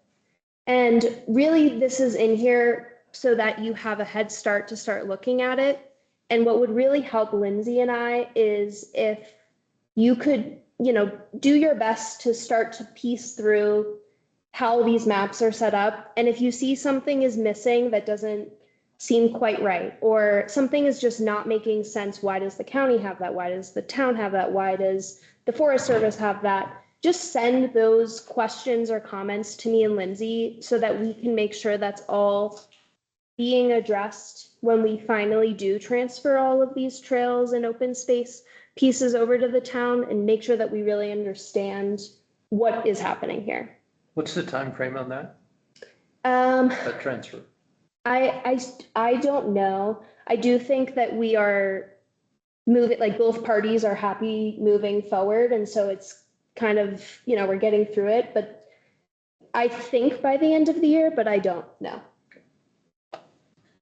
So again, Jessica, when we look at this, Yeah. Is it in the context of we're working on this trail system and where does the existing trails go and whose land is it that it goes through? I'm trying to understand the background as to how we should be critically looking at it. Yeah. So I think some of that would be helpful in just an understanding of, even if you're kind of going through it with the mindset of, these are trails I know, and I'm noting who owns them or who will be owning them, just to kind of keep an inventory of how much of trails and open space are we about to acquire? Does that seem right? Does that seem like we have a lot of trails and open space? Does it seem like we have a little? But I think mostly going through the maps, and if you see something that doesn't look right, like, oh, I'm curious why that is marked as county land when I thought we already owned that, just helping us to parse through that, because it's a lot of maps, it's a lot of assets, and we just want to make sure everything's squared away before we officially transfer it all over. Does that make sense? So some of it could be incorrect, is, like, Hopefully not. I see something that I thought was White River National Forest, but here it says Summit County, like. So ideally, it's not incorrect, but if you see something that doesn't seem to sit right, we would love to hear from you so that we can double check that. Because we're working with the county with this. Okay. Are these maps available, just the maps, not as part of the entire packet? Somewhere on the web? I will send you these maps separate so you don't have to go through the 80-page document. Thank you. Yes, let me write down that I will do that. Jessica, may I also ask real quick? It is a public meeting, so I would presume not, but just to clarify, there's nothing here that's like privileged or confidential, that this is public knowledge, in as much as like specifically this 56 that's on the screen now is my neighbor's property. And I was curious to talk to him about it. Is there anything that we should withhold? Don't share these maps with other people, don't send them the physical copy, but yes, this is public knowledge. We're really it is available for you all to see, and yes, it's a public meeting that's recorded and shared, but until it's official, we don't want to be handing out anything that looks like an official map. But having discussions with people would be great. Just, sharing any general thoughts that you're seeing about what this is going to look like when this does transfer over to the town. Do we have numbers like how many residents, how many visitors, let's say in a season? The reason I'm asking is because matching that with the number of, let's say, yards, because I can put it in a football field.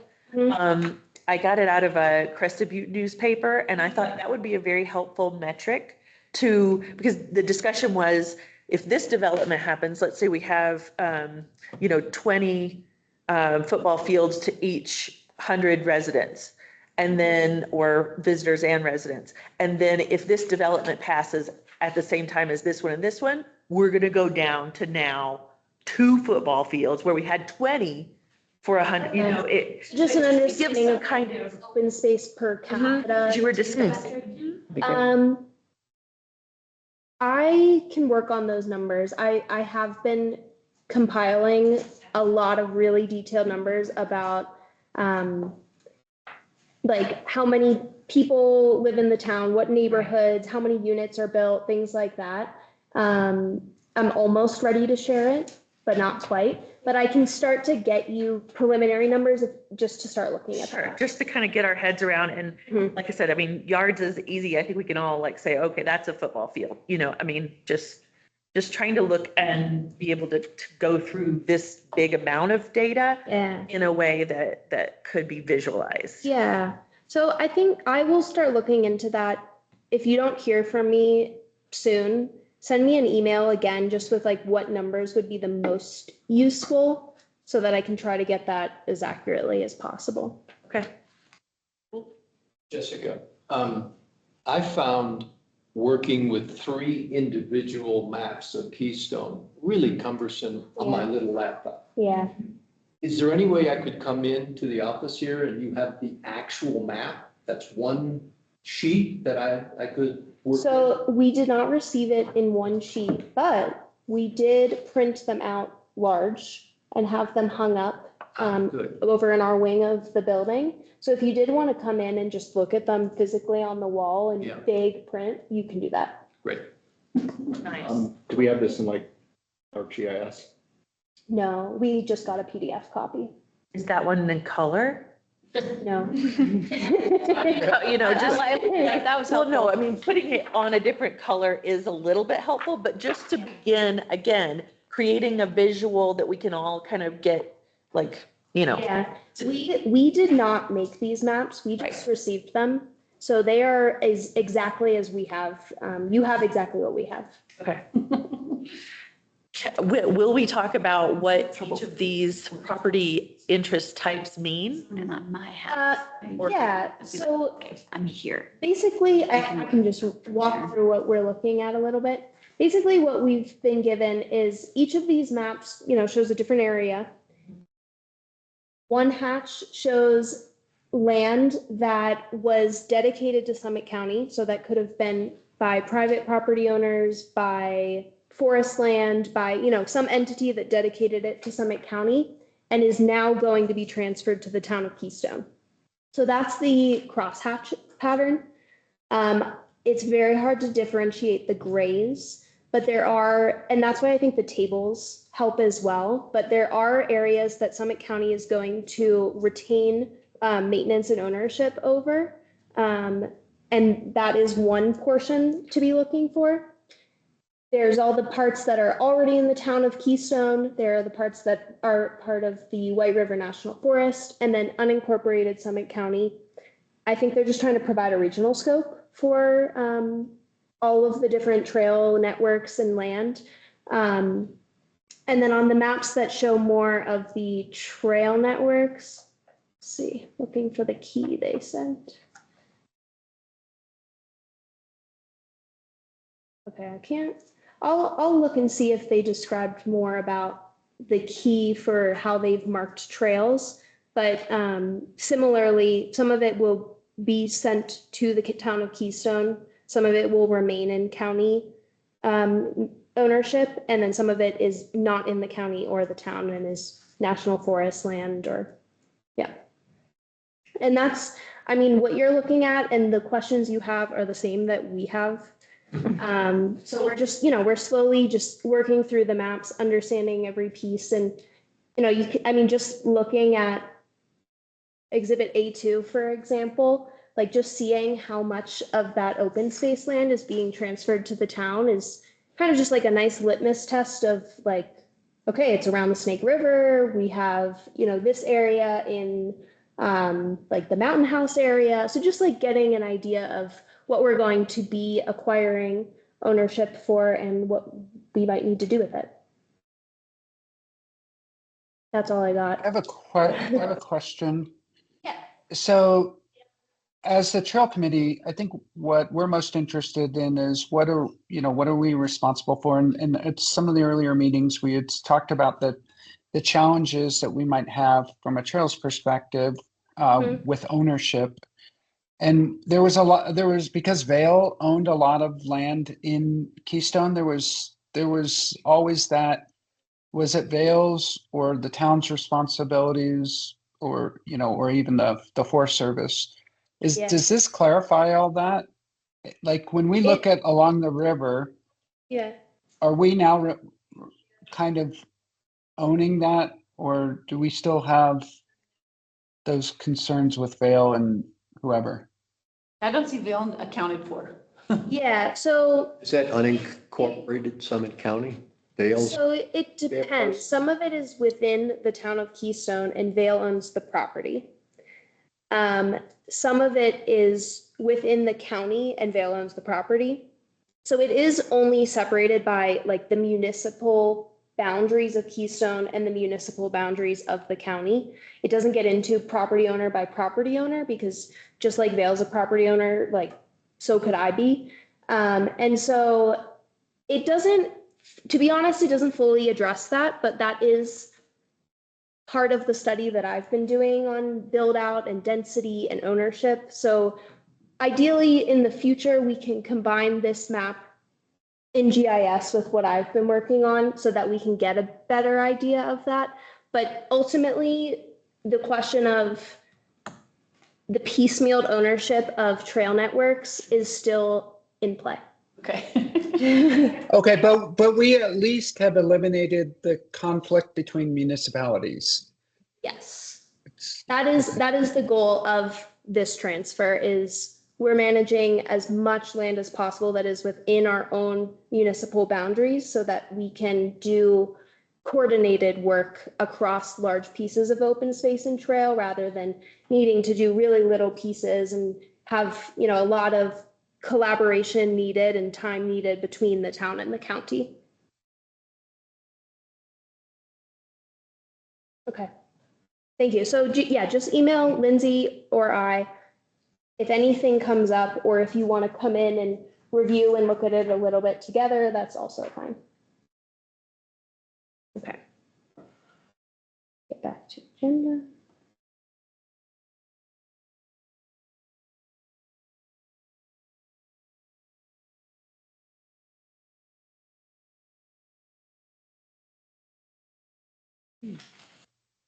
Okay. So I actually have a little quick presentation, more just visual, to go with what all of your responses on the RTAP form that I sent out were. I tried to summarize as much of the suggestions or problems or solutions so that we could group them together. And I'm just going to share that to kickstart the discussion. While I get that pulled up, could I actually, Elle and Ted, would you be, it is Ted, right? That you're in the RTAP, one of the two RTAP representatives? Okay, I thought Bernie. Was it Bernie? Yeah, I don't think it's me. Sorry, Yeah. Bernie, Yeah, it was lost Alan track. and I. Would you both be willing to just share a little bit about any updates from the last RTAP meeting we did together? Go ahead, Bernie. Yeah, sure. You know, actually, it was really kind of nice. I don't know if you're doing this here, but they had like an AI, like, just gave us notes on everything we talked about, which is really kind of nice. But yeah, we updated them on what we were doing, that we've kind of finished through the administrative aspect of things, that we've kind of, come up with our priorities relative to, continuous perimeter paths, looking at the paths themselves, looking at playgrounds, and those are kind of our primary focuses at this point. They gave us an overview of what they're focusing on the moment. One of those was an intern program that they're working on right now, where we'll get an intern for next summer starting. Let's see, when does it start? We'll be clear. Remember those dates, Jessica? It was like in the spring. It was like over the summertime. Yeah, it's roughly 300. Yeah, it's roughly 300 hours that we will get from an intern to help us through this process. Well, the overall process, I should say. And then, yeah, so we gave them an update on that. They told us about that. We talked about a voluntary marketing committee updates and initiatives on that. We did talk about, the need for community involvement beyond just, I know we are community involvement, but also, getting an understanding of what our neighbors and other folks in town, what their thoughts are on our priorities and so forth. It'd be much easier if I could just share this whole little thing with you, but we probably could do that. They talked about a hometown planning and community event that they were looking to really have the Keystone business community taking an ownership of and planning an event there. So really kind of bringing the community together with the business community. didn't give us too many details on that, other than that's just something they're looking to promote going forward. And we talked a little bit about the walking tour, or a walking tour that they were doing. And Sorry? that mountain town thing, you know, that was happening, but like for next year, being prepared for the mountain town. So to do a review this year of the people that did attend, and so that we can invite for next year, right? Well, it was happening really quickly, like It's just already, it yeah. just happened. Mhm. So like for next year, there's some kind of mountain town marketing thing that we could be part of. Yeah, they were looking at 2026, because that's like the 150th birthday or anniversary of Colorado being a state, and 250 years of the US. So they're trying to tie that in together with those two things. And one other thing that they were interested in, to not just a walking tour, but the historical walking tour. So it's just other things that we could think about as we're thinking about this, like where that might be, or getting together with the Historical Society and pursuing that, because it sounded like they were very interested and would financially support that immediately. That was my impression. Yeah. Yeah, I guess we'll continue to do report outs just to keep everybody updated on what happened in the meeting, since for now we're just sending 2 representatives. Okay, I'm gonna go through this pretty quickly. It's like 4 or 5 slides. I'm regurgitating information you gave me back to you, so this should sound pretty familiar, but I just wanted to frame what I heard from you all, since you haven't heard it from each other, to help with the discussion. So first of all, I think this was a really helpful platform, but I would love to hear feedback on that as well for any future things. Starting with action 1.1, to maintain and improve the rec path. The key things that you all mentioned were improved signage would be helpful, figuring out winter plowing, who does, where, can we extend it? Addressing a particular safety issue with the sidewalk where the rec path crosses under West Keystone Road and how it's sloped into the river. And the lack of continuity as you traverse the trail. I labeled solutions medium, high, and low based on how they were identified, just to give a little bit of an idea of how you all gauged these options. Signage, some of the ideas were we need an inventory of signage, especially what's needed around Mountain House, where that gets really confusing. We can identify grants and partnerships to fund this, and have a volunteer day to install signs. I'm going to come back to that because I have an update for you all about potential signage and wayfinding. Identifying who's responsible for winter plowing. I also will say that Public Works is starting to work on that, Josh, and try to figure out how to address this. But yeah, it is a little bit difficult with all the plowing contracts. Repairing the sidewalk is a big one. Pretty straightforward solution, and then working on the continuity of the path. There was comments made during the previous presentation about the safety issues on the rec path. Does that factor into this at all, or is this primarily infrastructure kinds of things? No, I think that absolutely is related. And this is not an exhaustive list. And if you feel like I left something out, I maybe did. I'm just trying to summarize it, but safety is very important. I think on this action in particular, I mentioned, a few of you said that like the user conflict, like being on the bike path as a person with a dog or with a family is difficult, sharing with fast-paced bikers. Again, signage came up, and that's clearly related to all of the trails and all of the connection points around Keystone. But also improving the connections so that you can get from rec path to trail to road to other trail more easily. Some of the solutions, I'll start with the lowest effort one, just as a potential low hanging fruit, was just first identifying what are the priority areas that need improvement so that you can go straight into those solutions. Do we need separate hiker and biker paths?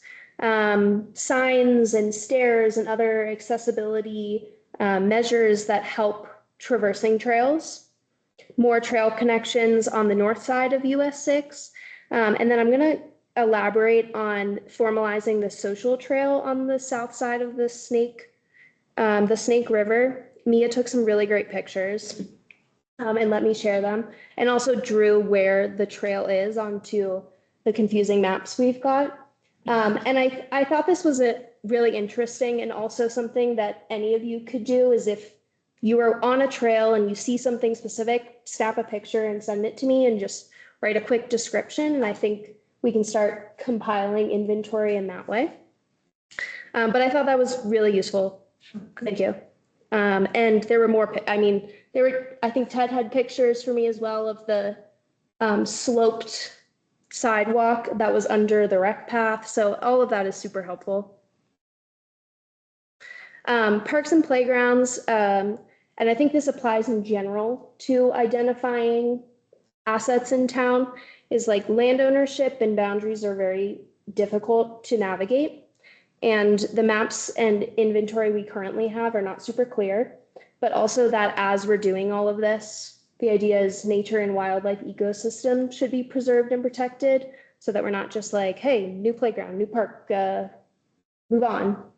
And so I think, Christy, you mentioned the idea of having, groups of 2 go out and walk trails, take pictures, document problems, or share conditions.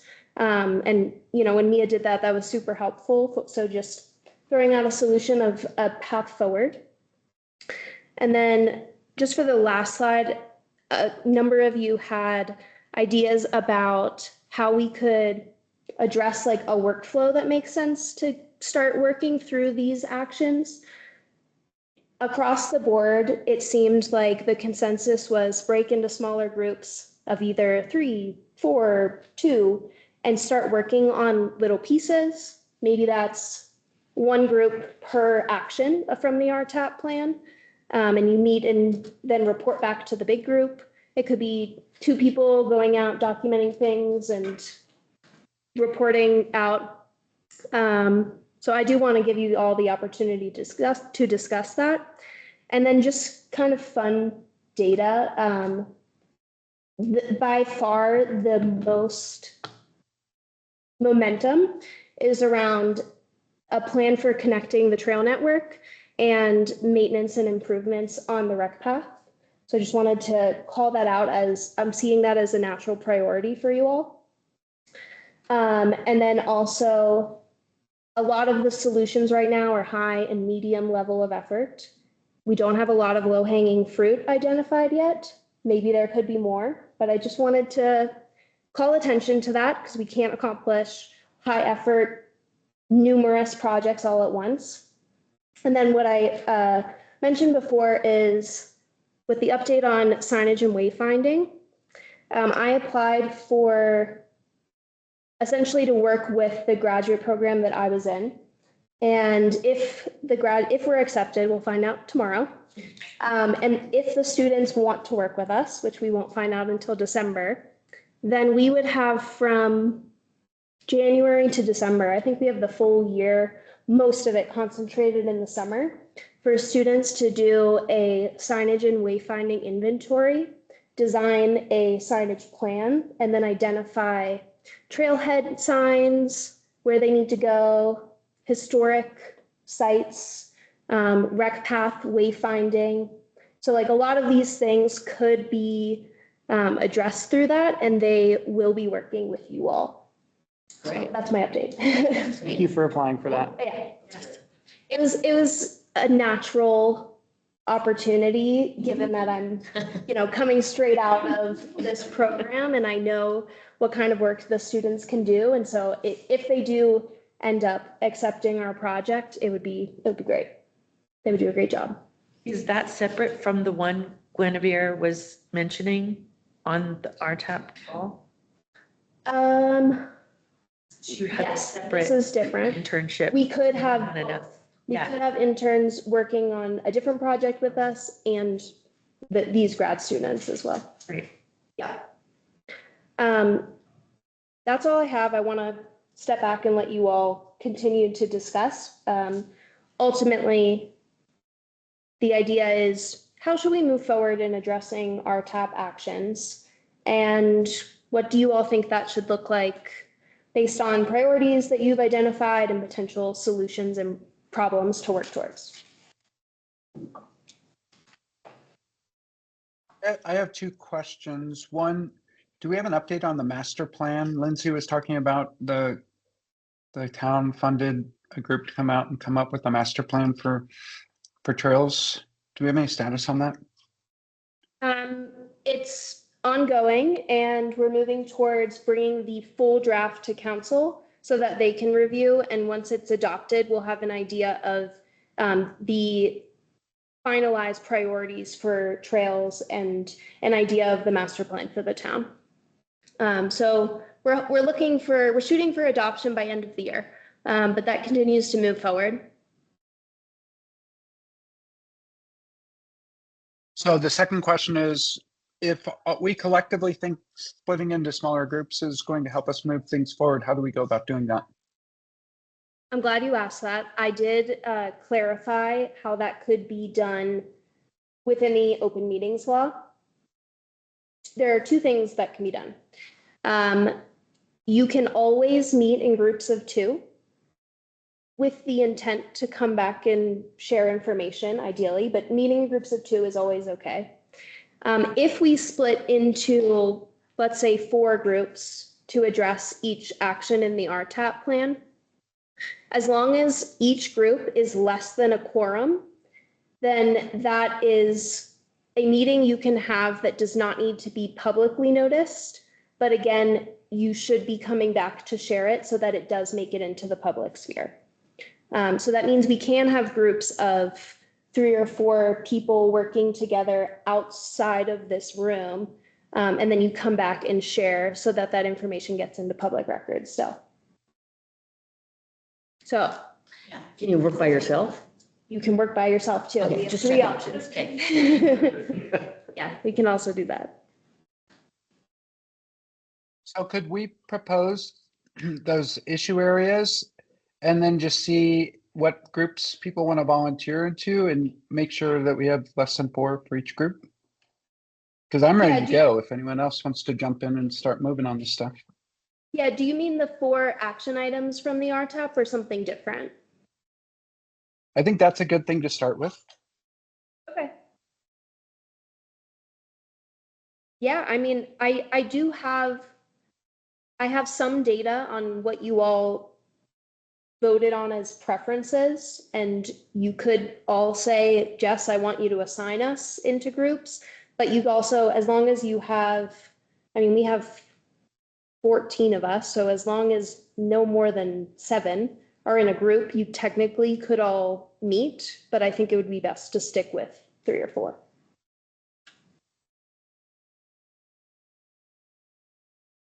Just out of curiosity, why wasn't the objective of a perimeter trail mentioned in your summary?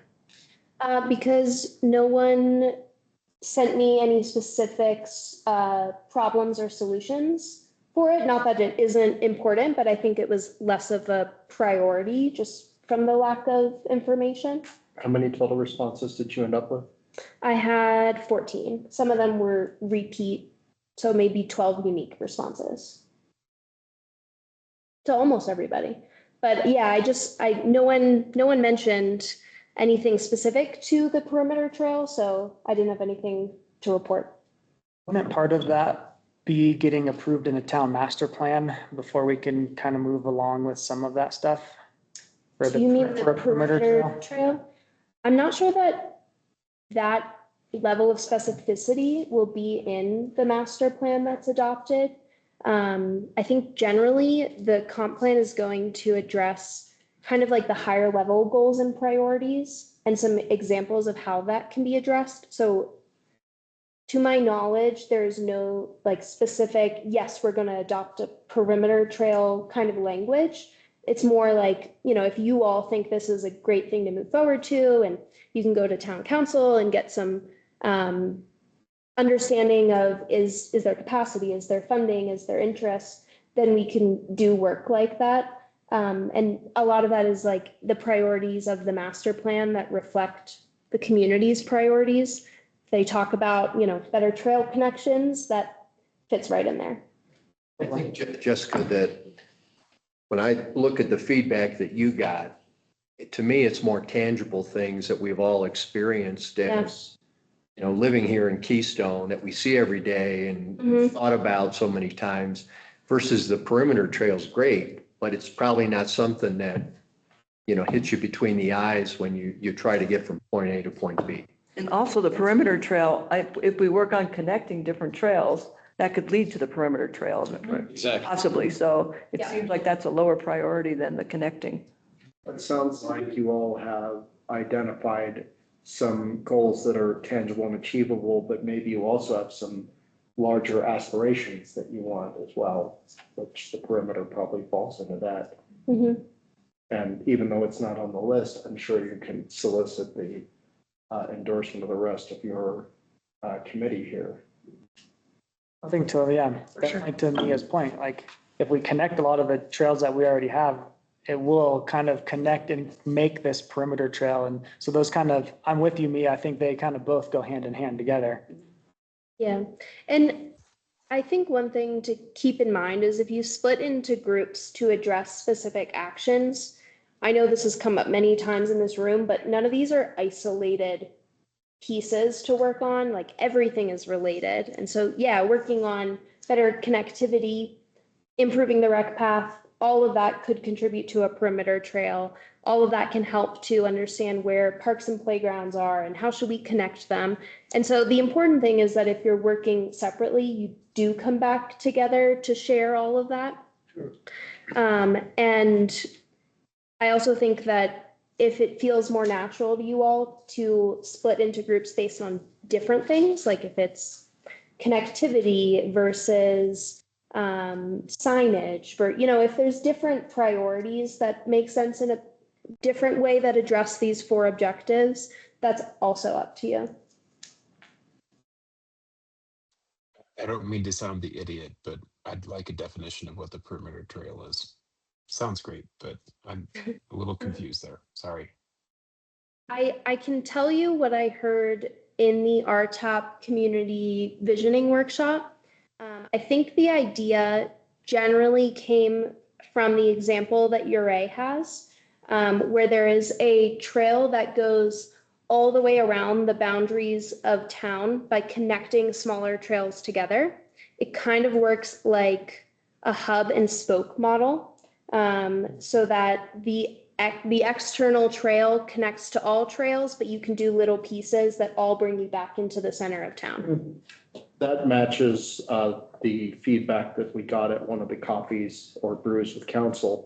And the idea was you could circumnavigate Keystone as a route, but also you could do it by bits and pieces and use it to link pieces of the community. So it's both something that you could be proud of as a community, something you could advertise to your visitors, a way to see the community. That was kind of the idea that we heard, and the gaps in that were obviously there's probably one, looking at what could fit into that, and 2, there might be some areas where there isn't the perimeter trail.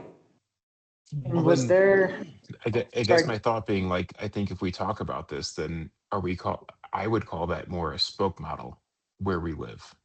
It's the spokes that we need to work on. Like the little bits that go out, but like we're not going to make the tire or the rim. But not trying to say we had to decide this right now. I'm a little confused as to what the perimeter trail means. Sorry. I think we're looking for ideas right now, and it might be the trail system is at a perimeter. It might be right through the Snake River. It might be a combination of both. I'm going to throw in, I will volunteer to connect to do some analysis with anyone who wants to participate between, say, River Run and the Keystone Lake. So I'll take that leg of connectivity. If anyone wants to join me, I'd love to get some ideas going. I'll join you, Ted, since we live right next door to each other. How's that? Okay, make it an easier walkover. Yeah. Anyone else want to jump in on this? Keystone Lake. I can join on that, Ted. I have something around Crossfire, connecting those two. So We have room for 3 more, but no more. So we're at 4. I have a Anyone else question to wanna go. go? I have a go back as far as like the connective or perimeter connectivity. Was the feedback more like connectivity of rec path, paved trails, or like soft surface, dirt trails? I definitely heard both. I think that there was discussion about paved trails belonging more in places where you need to go by bike, short distances through town, whereas at least having a trail all the way around town that you could hike or maybe mountain bike or, whatever it is that could, you could anytime drop into town. I think it was more about having variety that connected than about it all being consistent, paved, wide trails or anything like that. I would like to jump on the river run to the lake because I'm also in that area at the very, very end, ski tip. On the And- eastern side Yeah, yes. of Keystone? Fantastic. And then I guess I just want a clarification on the master plan and discussion that I've overheard by listening to meetings of the town council to hear that what they've come up with as one of the priorities is that the open space that we would be able to have it cohesive, or if we were to look at this and say, oh, we don't have that yet, but we really want to acquire that we're not making ourselves more sporadic, but we were gelling, so to speak. We were coming together with a more defined connectivity. I just want to make sure that's correct. That is what I've heard. I mean, I think that goes all the way from the smallest ways of each piece of the trail is difficult when ownership changes every 10 feet, all the way to across the town as a whole, just having more continuity so that we can continue to make plans that work through the entirety of the municipal boundary and not just this pocket and then this pocket and then, so that is That's I've heard the way for us to lead the rest of the people that we want to coordinate with, the forest services and other entities is, these are our areas and this is how we're doing it. Like you were saying about the rules and the define what is appropriate behavior. And if we had a hiking only, and this is how we treat it. So, yeah, okay, just clarifying. No, I think you've assessed that right. That is generally the priority that the community has shared, and it's come from every individual, and I think it's going into the plan. I'd like to volunteer for Lakeside to the Science School along the river. Okay. It's my favorite Okay. one. Okay. I would join her. in that. Great. To add something, I think if we take this into segments, we're gonna all be kind of working on just one area. Do we want to maybe break it into all the different areas, and that way we can like spread and cover all of these RTAPs categories instead of just like working on one? Or how do we want to attack this? I don't know. I don't think that's been necessarily cleared yet. Well, there are 3 sections. There's a central section, an eastern section, and a western section. Are you saying one group should be east, one west, and one central? I guess what I'm saying is like within the RTAP, we have the 4 different categories, right? Yeah.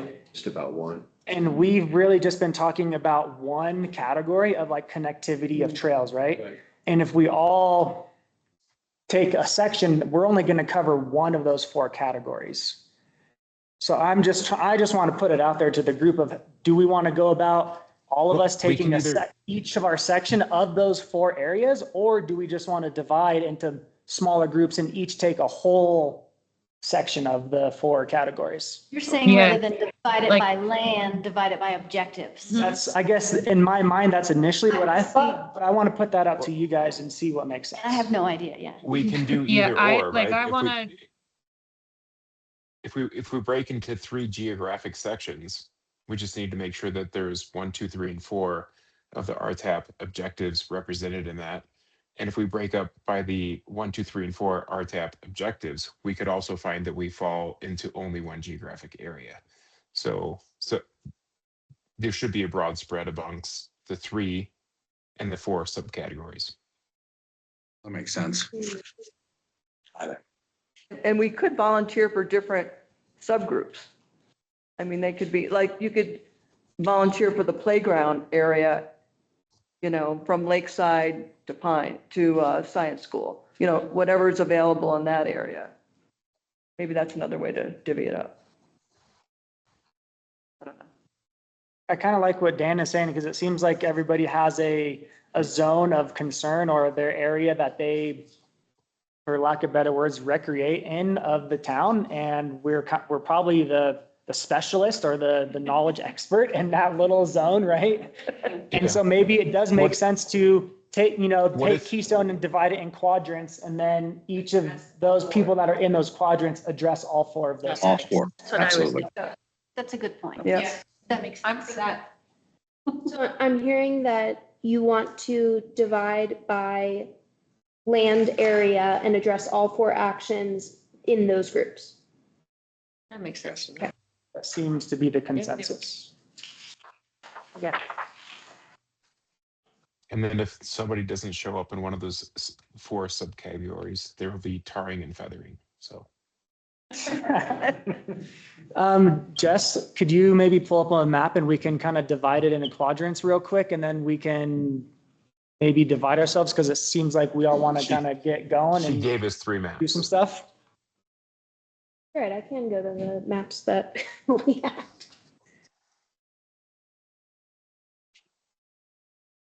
I'm so used to being in GIS all day, then I'm like, all right, I'll just go there. Sorry. Getting lost in my own. Could use GIS for this still, I guess. Yeah.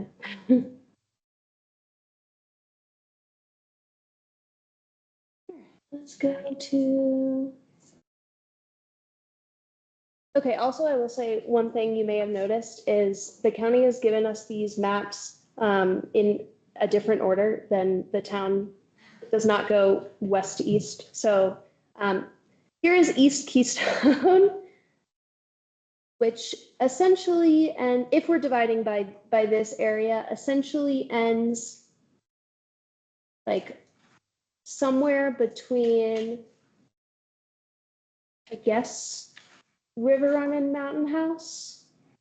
So there's a little bit of, East Keystone Road. yeah, thank you. I mean, And well, more. would include both north and south sides of the highway Yeah, for the east. I think that would be, yeah, I mean, just for ease of dividing, I think that would be best. Can you say that again? That was Mountain House to. To Ski Tip. Tip. Yeah. And, you know, there's a little bit of overlap in each, so we can move people around a little bit based on what makes sense. I would volunteer for that area since I'm actually live right in River Run. Okay, who else is? Can we We see? do all of them and then. So we know what Yeah, there can we is. see the, I like that. Thank you. Okay, Central is Mountain House to Lakeside, which, yeah.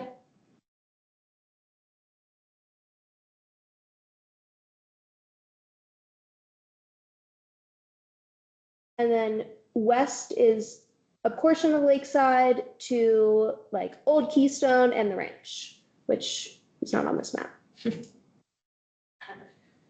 When you say ranch, are you referring to like Keystone Science School and out to like the Yes, Keystone, and like Keystone Like west Above of it, the the golf school. course, the ranch road. Yeah. Road? Okay. Yeah, they don't have it on the map. It's because that west side, yeah, kind of has that little weird finger there. Yeah, there's like a whole portion not connected otherwise. It's an island, southwest of what we're looking at. It has like the Rossiter Trail and those sorts of things over there. Yeah. Yeah. So if we throw that each of area. ourselves into one of those 3 buckets and see if the numbers are equal, and then we go of those 3 buckets and there's reasonable representation of the 4 points, then I think we have a good plan, right? So let's go one by one, throw yourself in a bucket, 1, 2, or 3, east, central, or west. And then we'll go back and make sure that there's reasonable representation and then see if that's a path forward. I think that's great. Okay, here's what I think. I'm gonna say each one and you raise your hand. And I'll just get a number count, and then once we've figured it out, I'm gonna write your names down so that we can have that. I'm kind of in a line between two, so I could go to either one. Okay. Which one's your favorite? So, Okay, let's. so you're gonna make the balance perfect, right? Because if we get to a point where there's imperfection, those on the line can slide either way. Yes. Yeah, okay, so let's start with east. Who would want to be east? Raise your hands high, because 4, 5, okay. I'm just doing numbers right now. Central, 2 double dippers. okay, and west.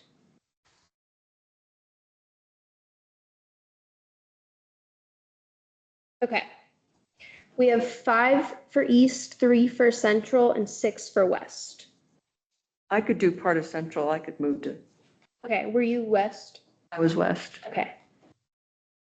Okay. I'd say west is a pretty big area too, if you're going all the way along the rec path to the river run course, or the river course, and then all the way out to the ranch course as well. And then you do have that whole aqueduct trail kind of going back through there as well. And like you mentioned earlier, the Rossiter and whatnot, so. Yeah, that's a good point. And I think 5, 4, 5 sounds good. We're not gonna run into Not trouble breaking any with. rules, right? You didn't hit 7. Yep. Okay, I do want to write down the names just so I can make sure you all get that in a follow-up email I'll send so that you know who to contact. Okay, east.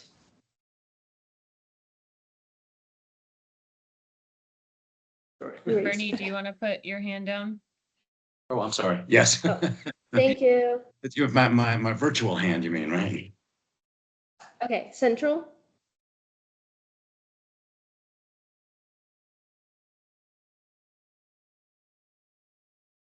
Okay, and then west for posterity.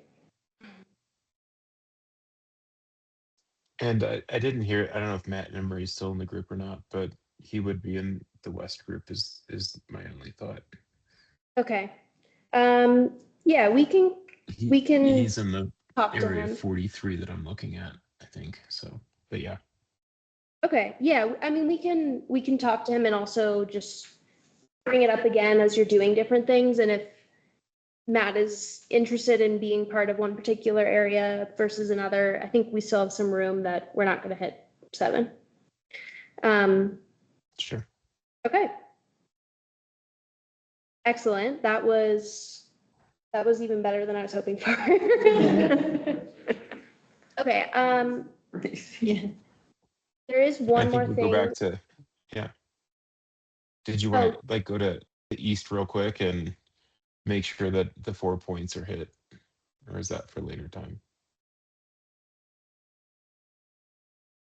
Yeah, I mean, I think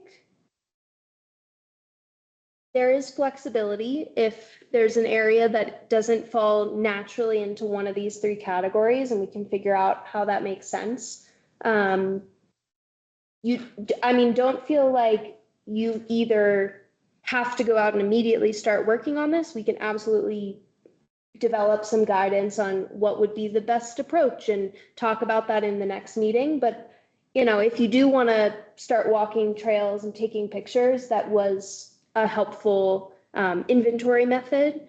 But I don't want to put the cart before the horse and say, okay, great, by the next meeting, you're all going to have met and figured everything out. And so it's okay if it takes some time, and I will send out information about organizing and just making sure that we don't break any laws.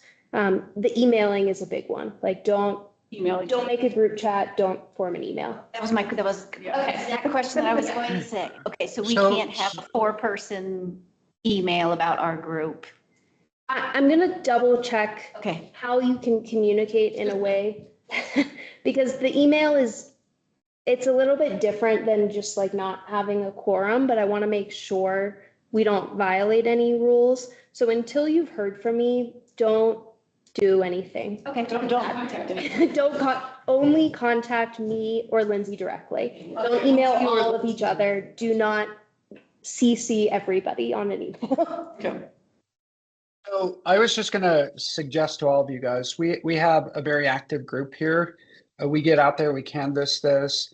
The technologies that we have available to us with ChatGPT and Gemini, you can take pictures and put a prompt in there what you want it to look like. And we can start envisioning our future that we can all kind of collaborate on. There's so many cool things that we have that are at our fingertips right now to really do this in a way that no other trail committees could ever do before us. If anyone needs any tips on those tools, yeah, I'd be happy to show you guys. It's so easy. And most of it's free out there. There's just so much stuff that we can, like someone was saying that the other towns have created this AI vision of what they want, and we should leverage these technologies. So I don't know if you can email me, but however you can fax me, I guess. You can email. You send tips to Jessica and then we can ask Jessica for the tips? Yeah, sure. I'll work with our central team and we'll come up with some cool ideas and share it with you guys, or through Jessica, or however we do it. Yeah. And then we can all. I'll clarify everything, give you guidance on how you can work in subcommittees and make sure that that's super clear, but soon before you are ready to get started. I just think from a process standpoint that the fact that we've got 3 different groups working on the 4 initiatives, that as we think through this independently, we need to come together and just share how we're approaching it so that we can find out, are we pretty consistent? Oh, that's a great idea the central group had. We need to think about that before we start really getting down to the detailed piece of this.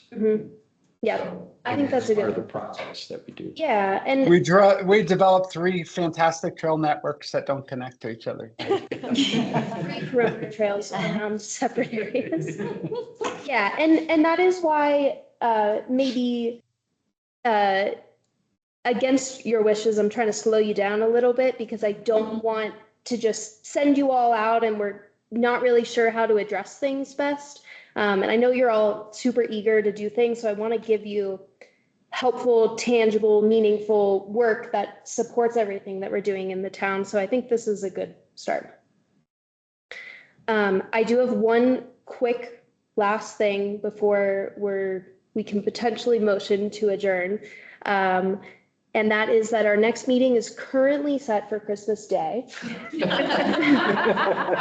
And so if it is not terribly inconvenient, would December 11th, which would be the second Thursday of December, work instead? Yes. Yep. Yeah. Okay. At least like I'm hearing a pretty natural quorum, so that Work out. okay. I'm gonna move it, and if things come up, we can reassess. But we can't meet on Christmas Day because town hall is closed, among other reasons. Okay. Anything else before there could maybe be a motion to adjourn? I would just like Ted to send you an email about the technologies, because I really like to digest them for some time. So if I'm going to get used to a new technology, I'd like to go ahead and start looking at. I had a thought that came up putting up the slides. There was talk of winter plowing. If there is thoughts and ideas in that regard, would that be something that we want to try to take a step on sooner rather than later, since winter is approaching?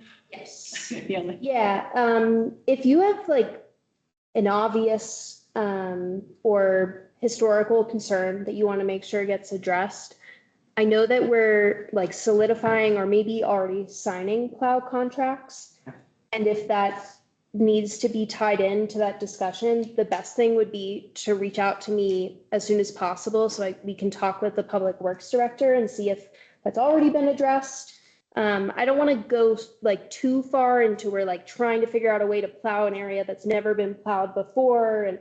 But if there's an obvious problem, that would be good to address that immediately. Question, Are I we know talking we about can't- trails or roads or both?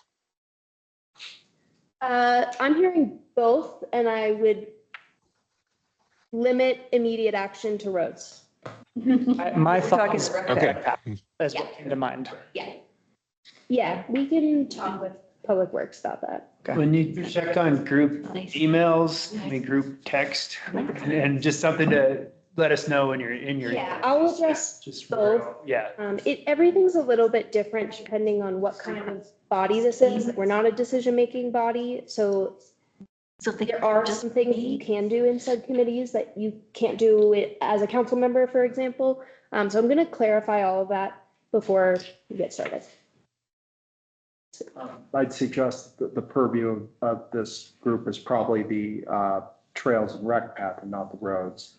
And also, as you consider plowing, some areas may fall under the plowing jurisdiction of some private entities, but also think about from previous discussions, what needs to be plowed and what might actually need to be groomed or kept snow covered because it may connect snowshoeing or cross-country trails.